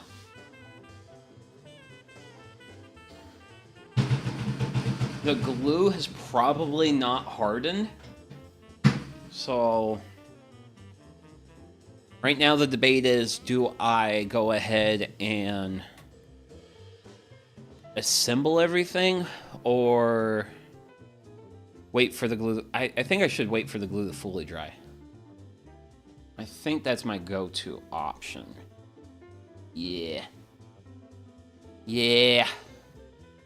That's what we're gonna do. This was a good day. This was a good this was good. This was a good day in the shop. Now, I still have more work to do on other things. For example, here is the panel for the top of the folding tray table project. And really need to take the hand plane to this. Well, one of my hand planes. I don't know which one. I don't know if I'm going to go the hand tool route or if I'm going to go into my power tool hand planer. But definitely want to get like the glue stuff off.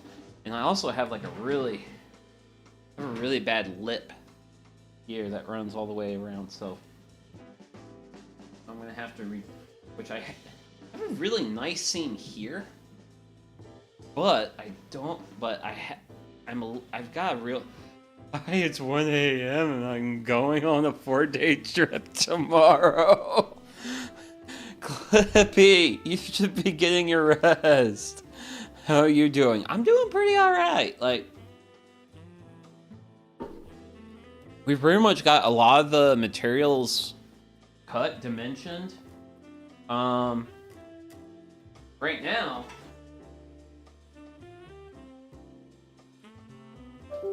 Oh, it did not like that. Camera did not like that. Come back. Come back. Oh. Oh. Oh. Oh. Oh. Oh. Okay, yeah. So, I've got the frame glued up, and I've got the materials cut out for the rest of the build, but I can't move along with the build. Well, I can't move along with the poster frame because I'm literally waiting for glue to dry. I'm pretty good, just for rest, just watch the Lucario movie in the bath, so I'm very chill. Aw. Gosh, I think I've seen the Lucario movie. But gosh, it has been so long since I watched Pokemon movies. Granted, the thing I really like about Pokemon movies is like they're always good. Like a Pokemon movie is just like always good. Granted, shucks. I remember going to see Mew vs. Mewtwo, the first Pokemon movie, in theaters when I was like close to the height of this table saw, and someone always dies. Well, they gotta make it serious somehow. They always gotta take it seriously somehow. So, pretty much is that, like, I'm pretty wrapped up with that. Damn, I wasn't alive yet. I'm 36 years old. Like, I remember 2000. I remember the 90s. Well, I grew up in the 90s. Well, 90s was when I was in elementary school. Shucks, I even remember the Y2K panic. Fun times. Also, wait, speaking of what? 2004 year? Yeah, I'm a 89 model year, so I was born in the 80s but raised in the 90s kid, so it was a pretty good time to be alive. But so right now I'm just yammering about projects and where I'm at, so this is a piece that I glued up on last Thursday. I'm talking about what I need to do to this. Gonna be doing flag marinating tomorrow at the track. They're racing high-end sports car. Oh no. I wasn't even born for the Lugia movie. Oh yeah. Oh man, Lugia movie was great. Entei movie was great. With the unknowns were really cool in the third movie. Like, and I kind of liked how it was like, how it kind of. Actually, wait a second. All three of the first three Pokemon movies had like a little bit of like an archaeology vibe, because in the first movie they find Mew's DNA in like some temple ruin. In the second movie, they have like the ancient temples that have like the sphere crystals for each of like the birds, And then in the third movie, they have the Unknowns, which I think those were also in some temple ruins. Pokemon likes its temple ruins, which I don't blame them. Like, I grew up on Indiana Jones. I noticed today they numbered them until 4 and then gave up, but they incorporated numbers into the titles. Yeah. Oh, shucks. Oh, man. It made me disappointed to see the 4th movie not hit theaters. Because Celebi is my favorite Pokemon. And the fact I couldn't watch Pokemon Forever in theaters ultra sucks. But I do actually have that movie on DVD. Shucks, so I actually got to see that because in I think high school. Wait, the other movies were in theaters? Yeah, so the first 3 Pokemon movies came out in theaters here in the US. Then Pokemon Forever is when they stopped doing it because Pokemon was not as, like, crazy of a thing. Like, just, I think I only saw the first 2 in theaters. I'm not sure if I saw the 3rd one in theaters. I might have. I'm not entirely sure. Granted, I always do think about how, like, pretty the Pokemon movies look compared to, like, the standard Pokemon show. But the standard Pokemon show was, like, a weekly release, like, anime. And then the movies is, like, a high-budget production for, like, a very big franchise. So, of course, it looks very pretty. Lucario and Darkrai are my fave movies. I haven't seen the Darkrai one. Unfortunately, I haven't really seen a lot of the modern ones. Typically, if I would catch a modern Pokemon movie, it would be if I was like around a TV with cable and I had access. Actually, wait. Crunchyroll, it's not modern. So, here's the thing. Like, I fell off the Pokemon hype train just as, like, Gen 3 was coming out. So, I consider anything like Pokemon Gen 4 and later to be modern. And now I am literally Sane in that meme when she's looking at someone and going, the PlayStation 2 and DS are not retro consoles. They're still fairly new. The PlayStation 2 and the DS are retro consoles. And oh gosh, that actually does make me feel old. Cuz I remember when PlayStation came out. The Power of Us and the Jungle one are good. Those are new. Okay. I mean, I haven't actually, like, that's a big thing, is I haven't really, like, followed the Pokemon franchise much. So, usually when I, like, watch any of the, like, more modern stuff, it's just, like, I just happen to be around. Either I'm hanging out with someone who's watching it, and I'm along for the ride, or I just happen to be bored and I just so happen to catch it. So, I don't typically go out of my way to find the Pokemon movies. Granted, I wonder what streaming service they would be on. I don't think Pokemon's on... I actually don't even want to think about that. I don't want to think about what streaming service has... Well, actually... Watch the Darkrai one, it's amazing. I will watch it. I will happily watch it if I get a chance to, like, actually, like, sit down and watch it. But for now, it's just gonna have to come down to Pokeflix Pirates. Okay. I mean, I have pirated a fair number of things, and also speaking of things I actually need to pirate at some point is I need to pirate Bleach 1,000-Year Blood War, because I only saw the first season of it. And also speaking of things I grew up with like Bleach as it came out, and yeah, 1,000-Year Blood War is like pretty.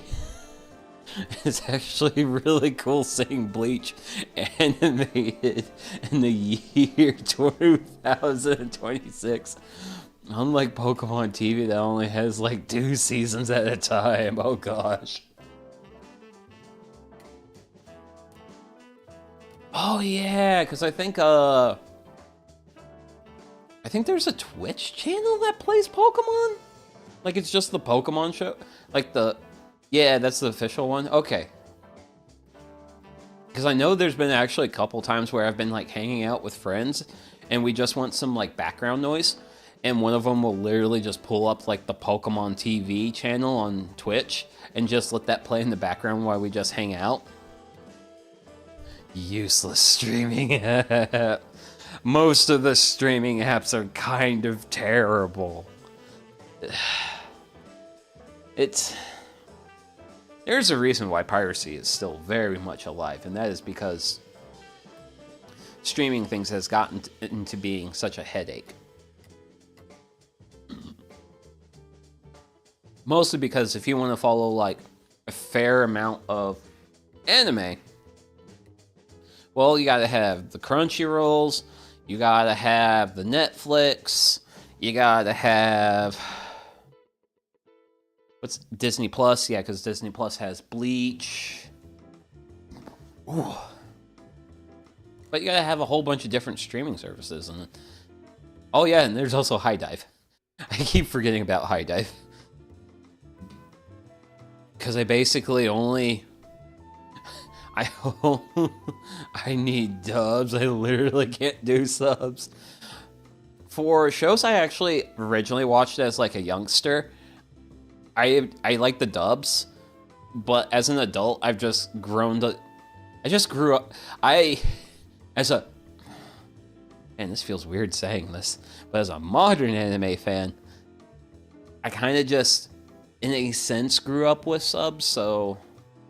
Like, if my first exposure to a show is subs, then that's just how I want to watch it. I rarely go out of my way to find a dub. I think the last dub I went out of my way to, like, watch was Ghost Stories. I'll need to pause it every 2 seconds to read. Oh, man, I love reading, so I have no... I'm slow at reading? There's nothing wrong with that. It's just... For me, I can actually just keep up, so it's no big deal. So I can just read away. Now, also, speaking about this guy. So, generally, I like this as a top right now. I really like the... I want to see the pretty animation. Yes, pretty animation's pretty. So, as I mentioned, these boards are a touch thicker than this guy. So we need to shave these down eventually.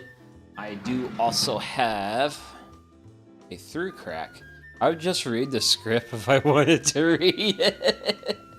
The fun thing with like anime is like you get to have the visuals, the soundtrack. I really like soundtracks. Soundtracks are great.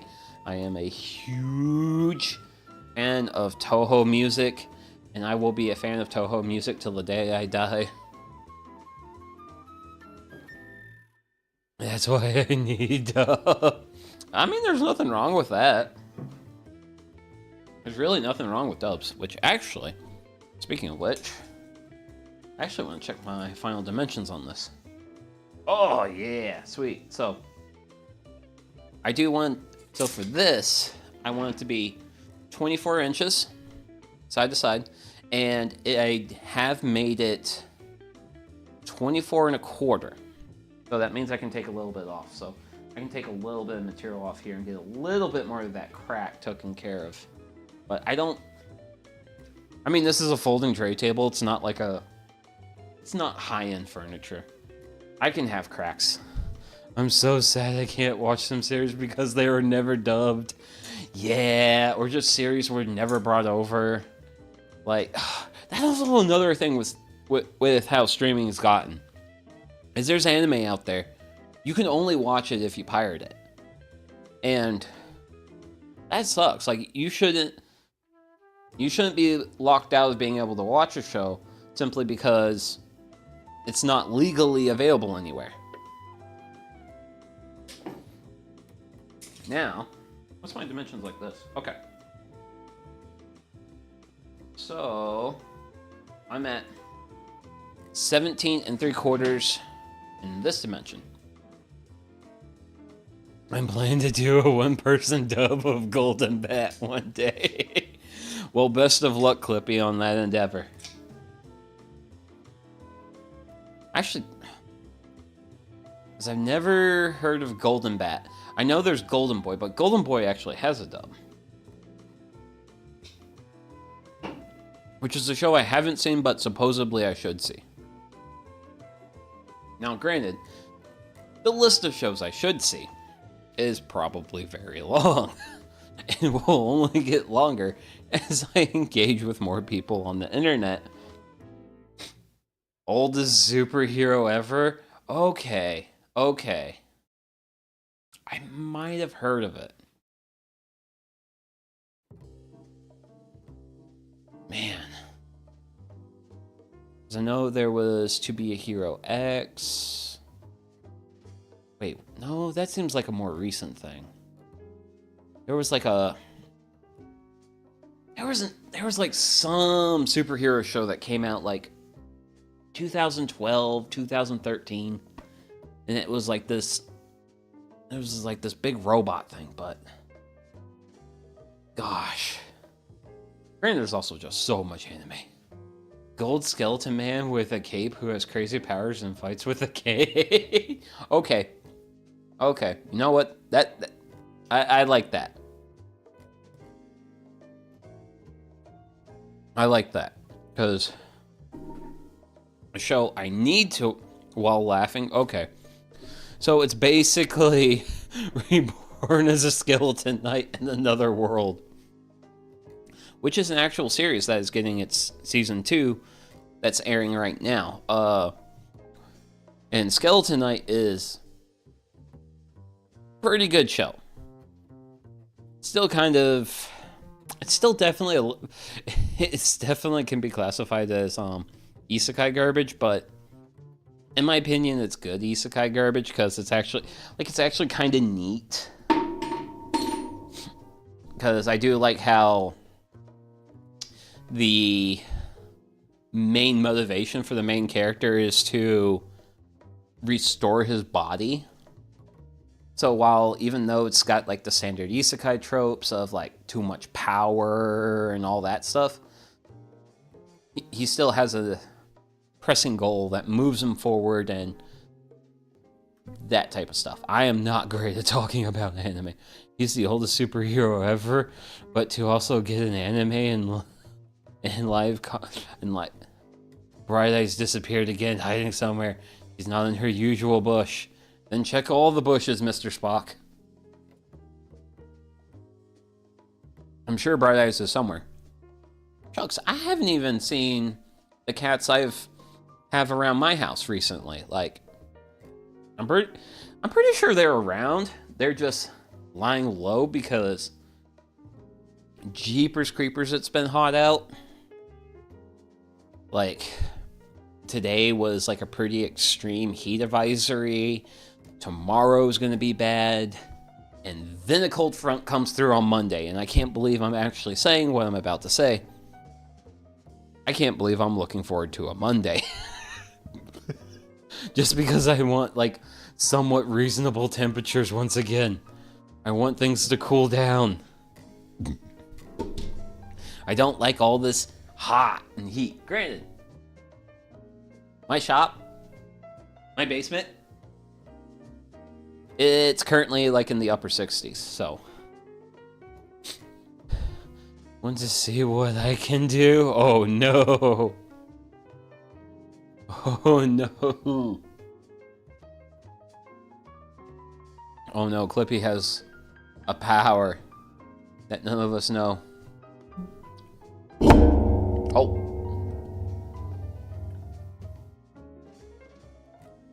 According to all known laws of aviation, there's no way a bee should be able to fly. Its wings are too small to get its fat little body off the ground. The bee, of course, flies anyway because bees. Well, yeah, the bees do. Astro Boy, brave, gentle, and wise. And now Mr. Spock is like, oh, you want to talk about some old anime? I'll tell you about some old anime. Now, granted, good old anime. Another really good old anime is Rose of Versailles.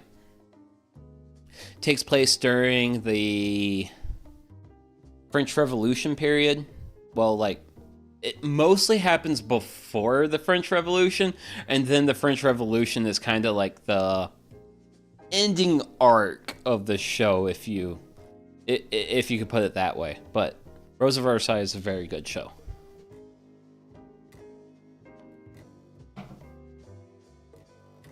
Flying down from on high, he may be small, but only in size. I mean, bees are cool. Like, I actually have a book on beekeeping that I'm meaning to read at some point, and Astro Boy. And I am not the type of person who is too big on pets, but bees, though, I am slightly interested in keeping bees, simply because I could just have the hive in the corner of the yard. The bees do their bee stuff. I check on the bees every so often, and then I collect the honey at one point in time, and then I leave them with the rest of their honey. Like, bees just seem like a low maintenance, like, pet. I don't even think pet's the right word. Agricultural critter. We'll go with agricultural critter for 500.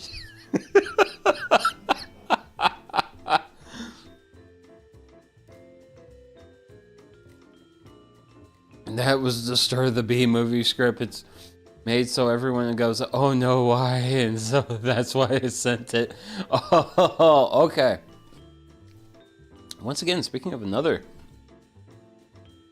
piece of media that I have not seen. Also just because I just haven't got... Ooh. Good.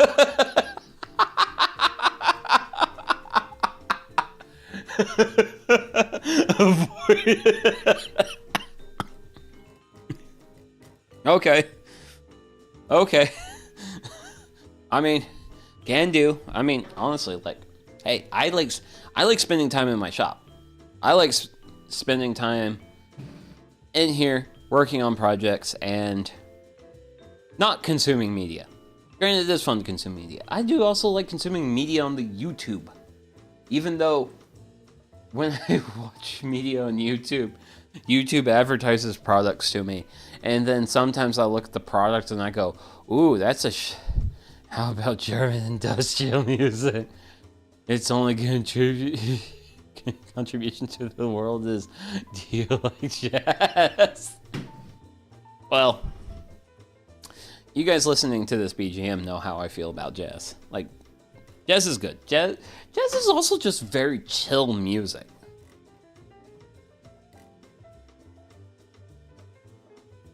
And also, Mr. Spock, I am drinking actual German Wursteiner Oktoberfest.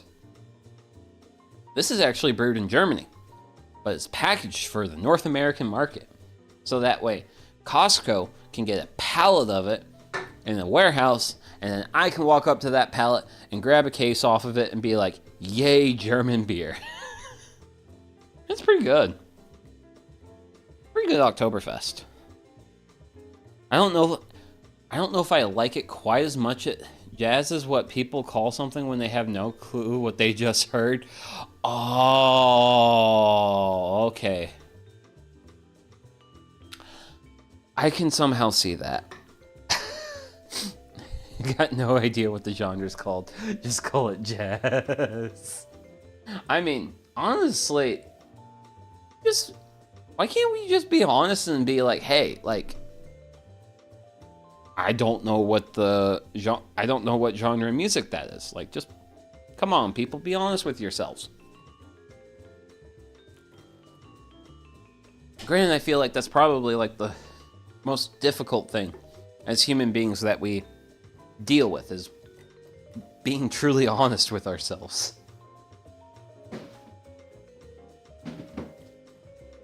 As for me,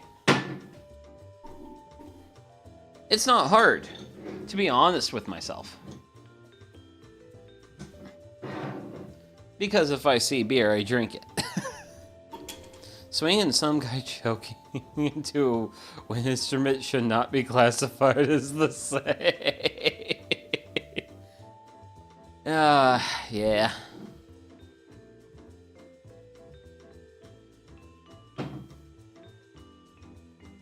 I mean, granted, the division's up. So, funny enough, genres of music.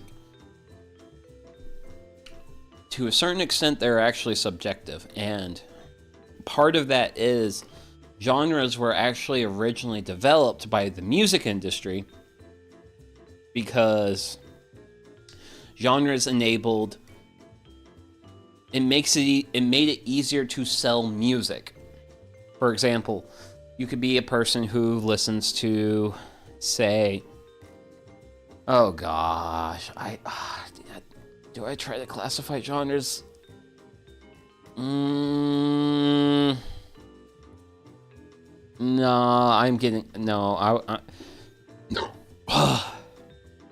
I can't do this with examples. Is essentially what this comes down to. Is say, hey, you like rock music? Guess what? New rock album just out. You're probably gonna like it. And then it's a lot easier to sell that person that rock album. Even though it may not always be rock.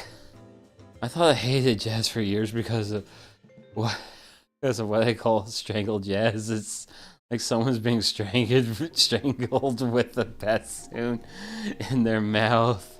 Yeah.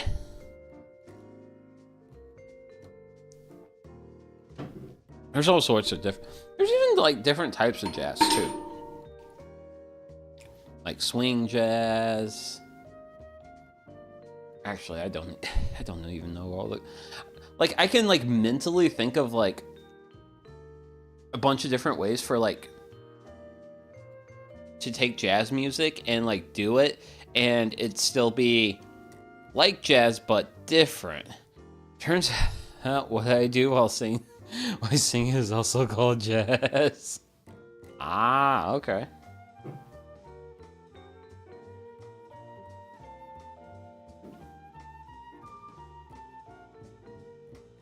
I just call it giant man, I guess. Okay. Okay. That's reasonable. That is reasonable. So, that's where we are with our glued up panel. Now, for these pieces, I still have to round the corners. Okay. Don't go off on me. But yeah, I still have to round these corners off and probably do those at the stationary belt sander. Not entirely sure if I will do that on stream or not. But all these corners are going to get pretty heavily rounded, and that's going to help it. Because these are the inner legs. And by rounding these corners, it's going to make it easier for that to pivot under this on this piece. So this piece is going to be what mounts. Improvisational xylophone jazz is fascinating. Any improv that's done and executed at a sufficiently high skill level is interesting. Like anyone who can just like walk up to a piano, a guitar, a didgeridoo, and just like basically hit play and just go. It's always cool beans. Always cool beans. So this will get mounted to this. And then this will be, well, actually what you see over there is essentially what that will go into, but because I have that corner, I'm not going to be able to line up. So I'm going to have to... I heard you censor that to hell, and it made me think YouTubers must be like primary school teachers where they just don't swear out of habit / fear the ban. Honestly, I just try to be a little... I try to make an effort not to swear as much. There are times I do swear. Really, probably the most notable example, I think, of swearing is on my male VTuber makes a veggie sandwich with tater tots. I literally start that video off by putting my hand on the plate and being like, okay, it's time for this bitch to make a sandwich. I will curse. Generally, my rule with cursing is I have to have beer before I curse, but I also just try to like keep that on the down low.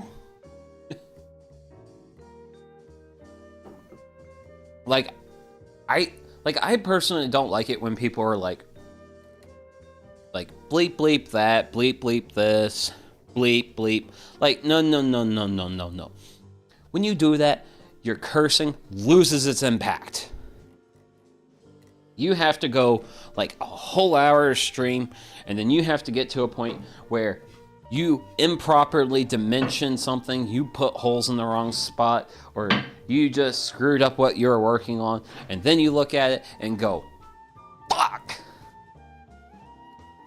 Then the cursing actually has a nice oomph to it, versus like if you use it more casually or without restraint. You gotta be restrained in order for cursing to actually have an impact.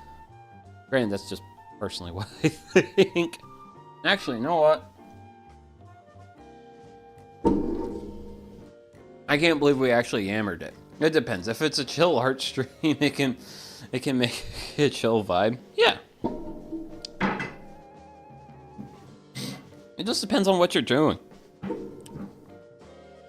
Okay. Let's clear off the surface. Hi, water.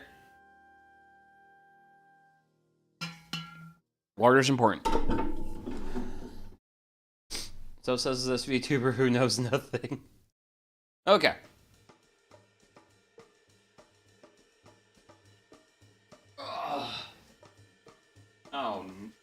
Oh no.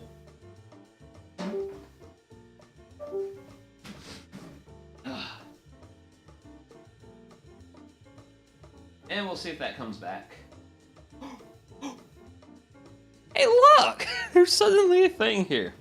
But yeah, here's the frame. That I've been working on. And I think really, honestly, I think I've been yammering enough. I think we killed enough time. This blue is set.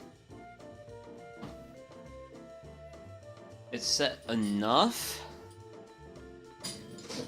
to be fine. I should probably get to bed so I have time to get sleep and wake up with time to pack less of the stuff for my trip tomorrow. Okay, Clippy.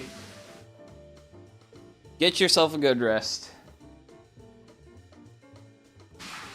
Get ready to have a trip and a wonderful day. As for me, I have to undo clamps, and then I have to actually see if the rabbets in the back of this thing are actually big enough for my panels I cut out. Because I think one of the lessons I learned from the last one of these frame projects was, ugh, my laundry didn't dry in time. It was my fault. Oh man. That's definitely a real. Good night. Good night to you, Clippy. Have a good tomorrow. Hey, come on. Come here. There we go. Hot dog. Go. So we'll take our friend. Flip it around. Ooh. Be careful. There are dabs of glue that are wet. I need to be mindful of that. Okay.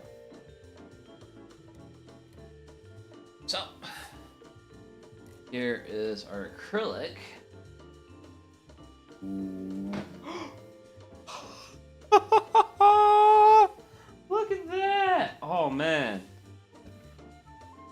There is. There's play. There's indeed play. But it's not a lot of play though. So. Okay, so.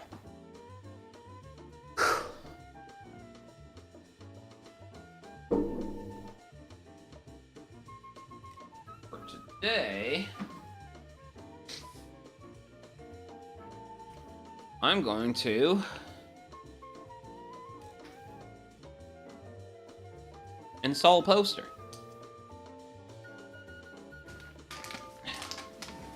I'm not going to actually do the backing hardware just because I don't feel like actually doing all the backing hardware. But I will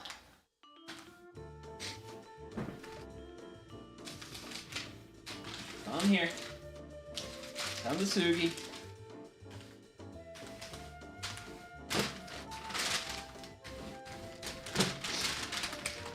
And this is what separates good quality acrylic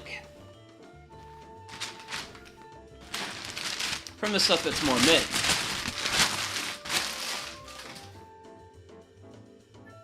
The good stuff has really nice paper backing to it that keeps the acrylic looking very, very nice until it's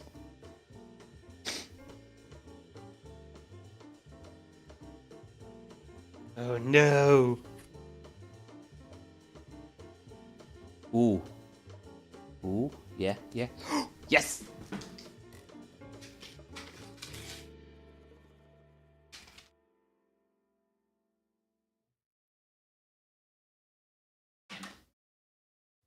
So close! So far! There we go.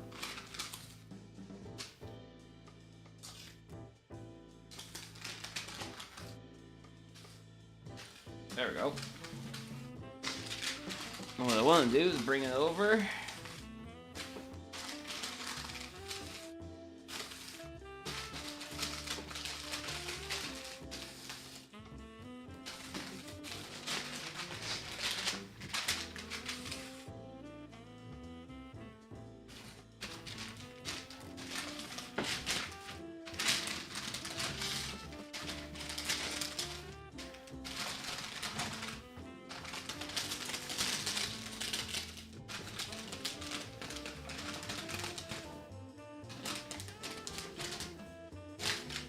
Ah! Darn it.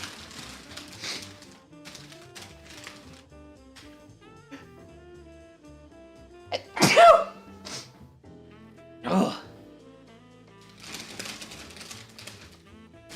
Ah! Whew. So, we'll drop our acrylic in there. And see?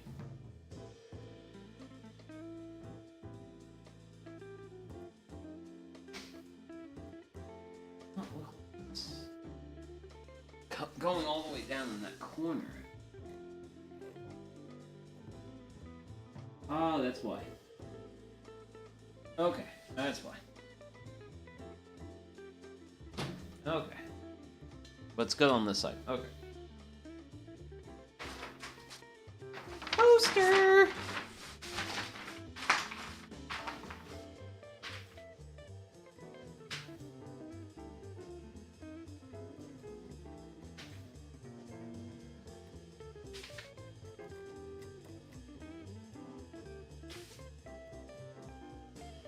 Go. Sip your beer.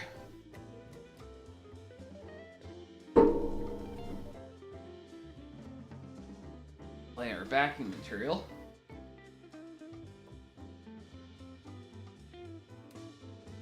And give it a flip.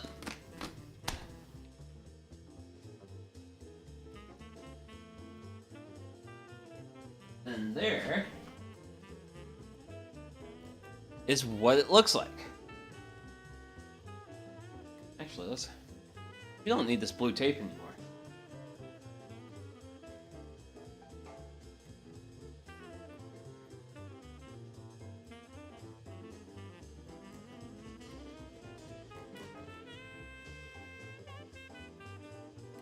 Go.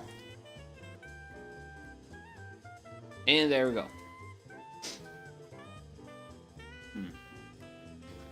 Let's see. Is this a good thing?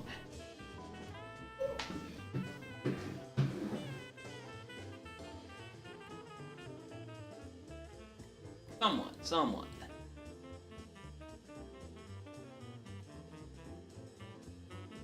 But yeah. So this is generally what it's going to look like. And I gotta say,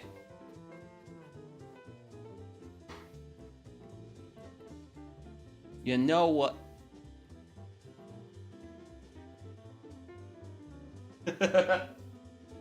Okay. You know what? I think it looks really good. So, all I have to do is add a bit more. I just have to add the mounting hardware to the back to mount it, and then I might do a few small touch-ups here and there to really like finish up this project. But yeah, for now, today, very happy with it. Looks great, other than some of the half laps being a touch too big, but once it gets mounted onto a wall, it's going to look amazing. So let's see. And that is once again the weakness of I don't follow enough VTubers on YouTube. So I'm going to go ahead and wrap this up for tonight. I would like to say thank you very much to everyone who's tuned in today. I hope you all have a great rest of your day, night, evening, whatever it is, wherever you're at. Also, stay safe, stay cool out there. It's been way too hot here recently. Take care of yourselves. And this has been Sugi Yamagawa. And I'll see you all in the next one. Bye-bye.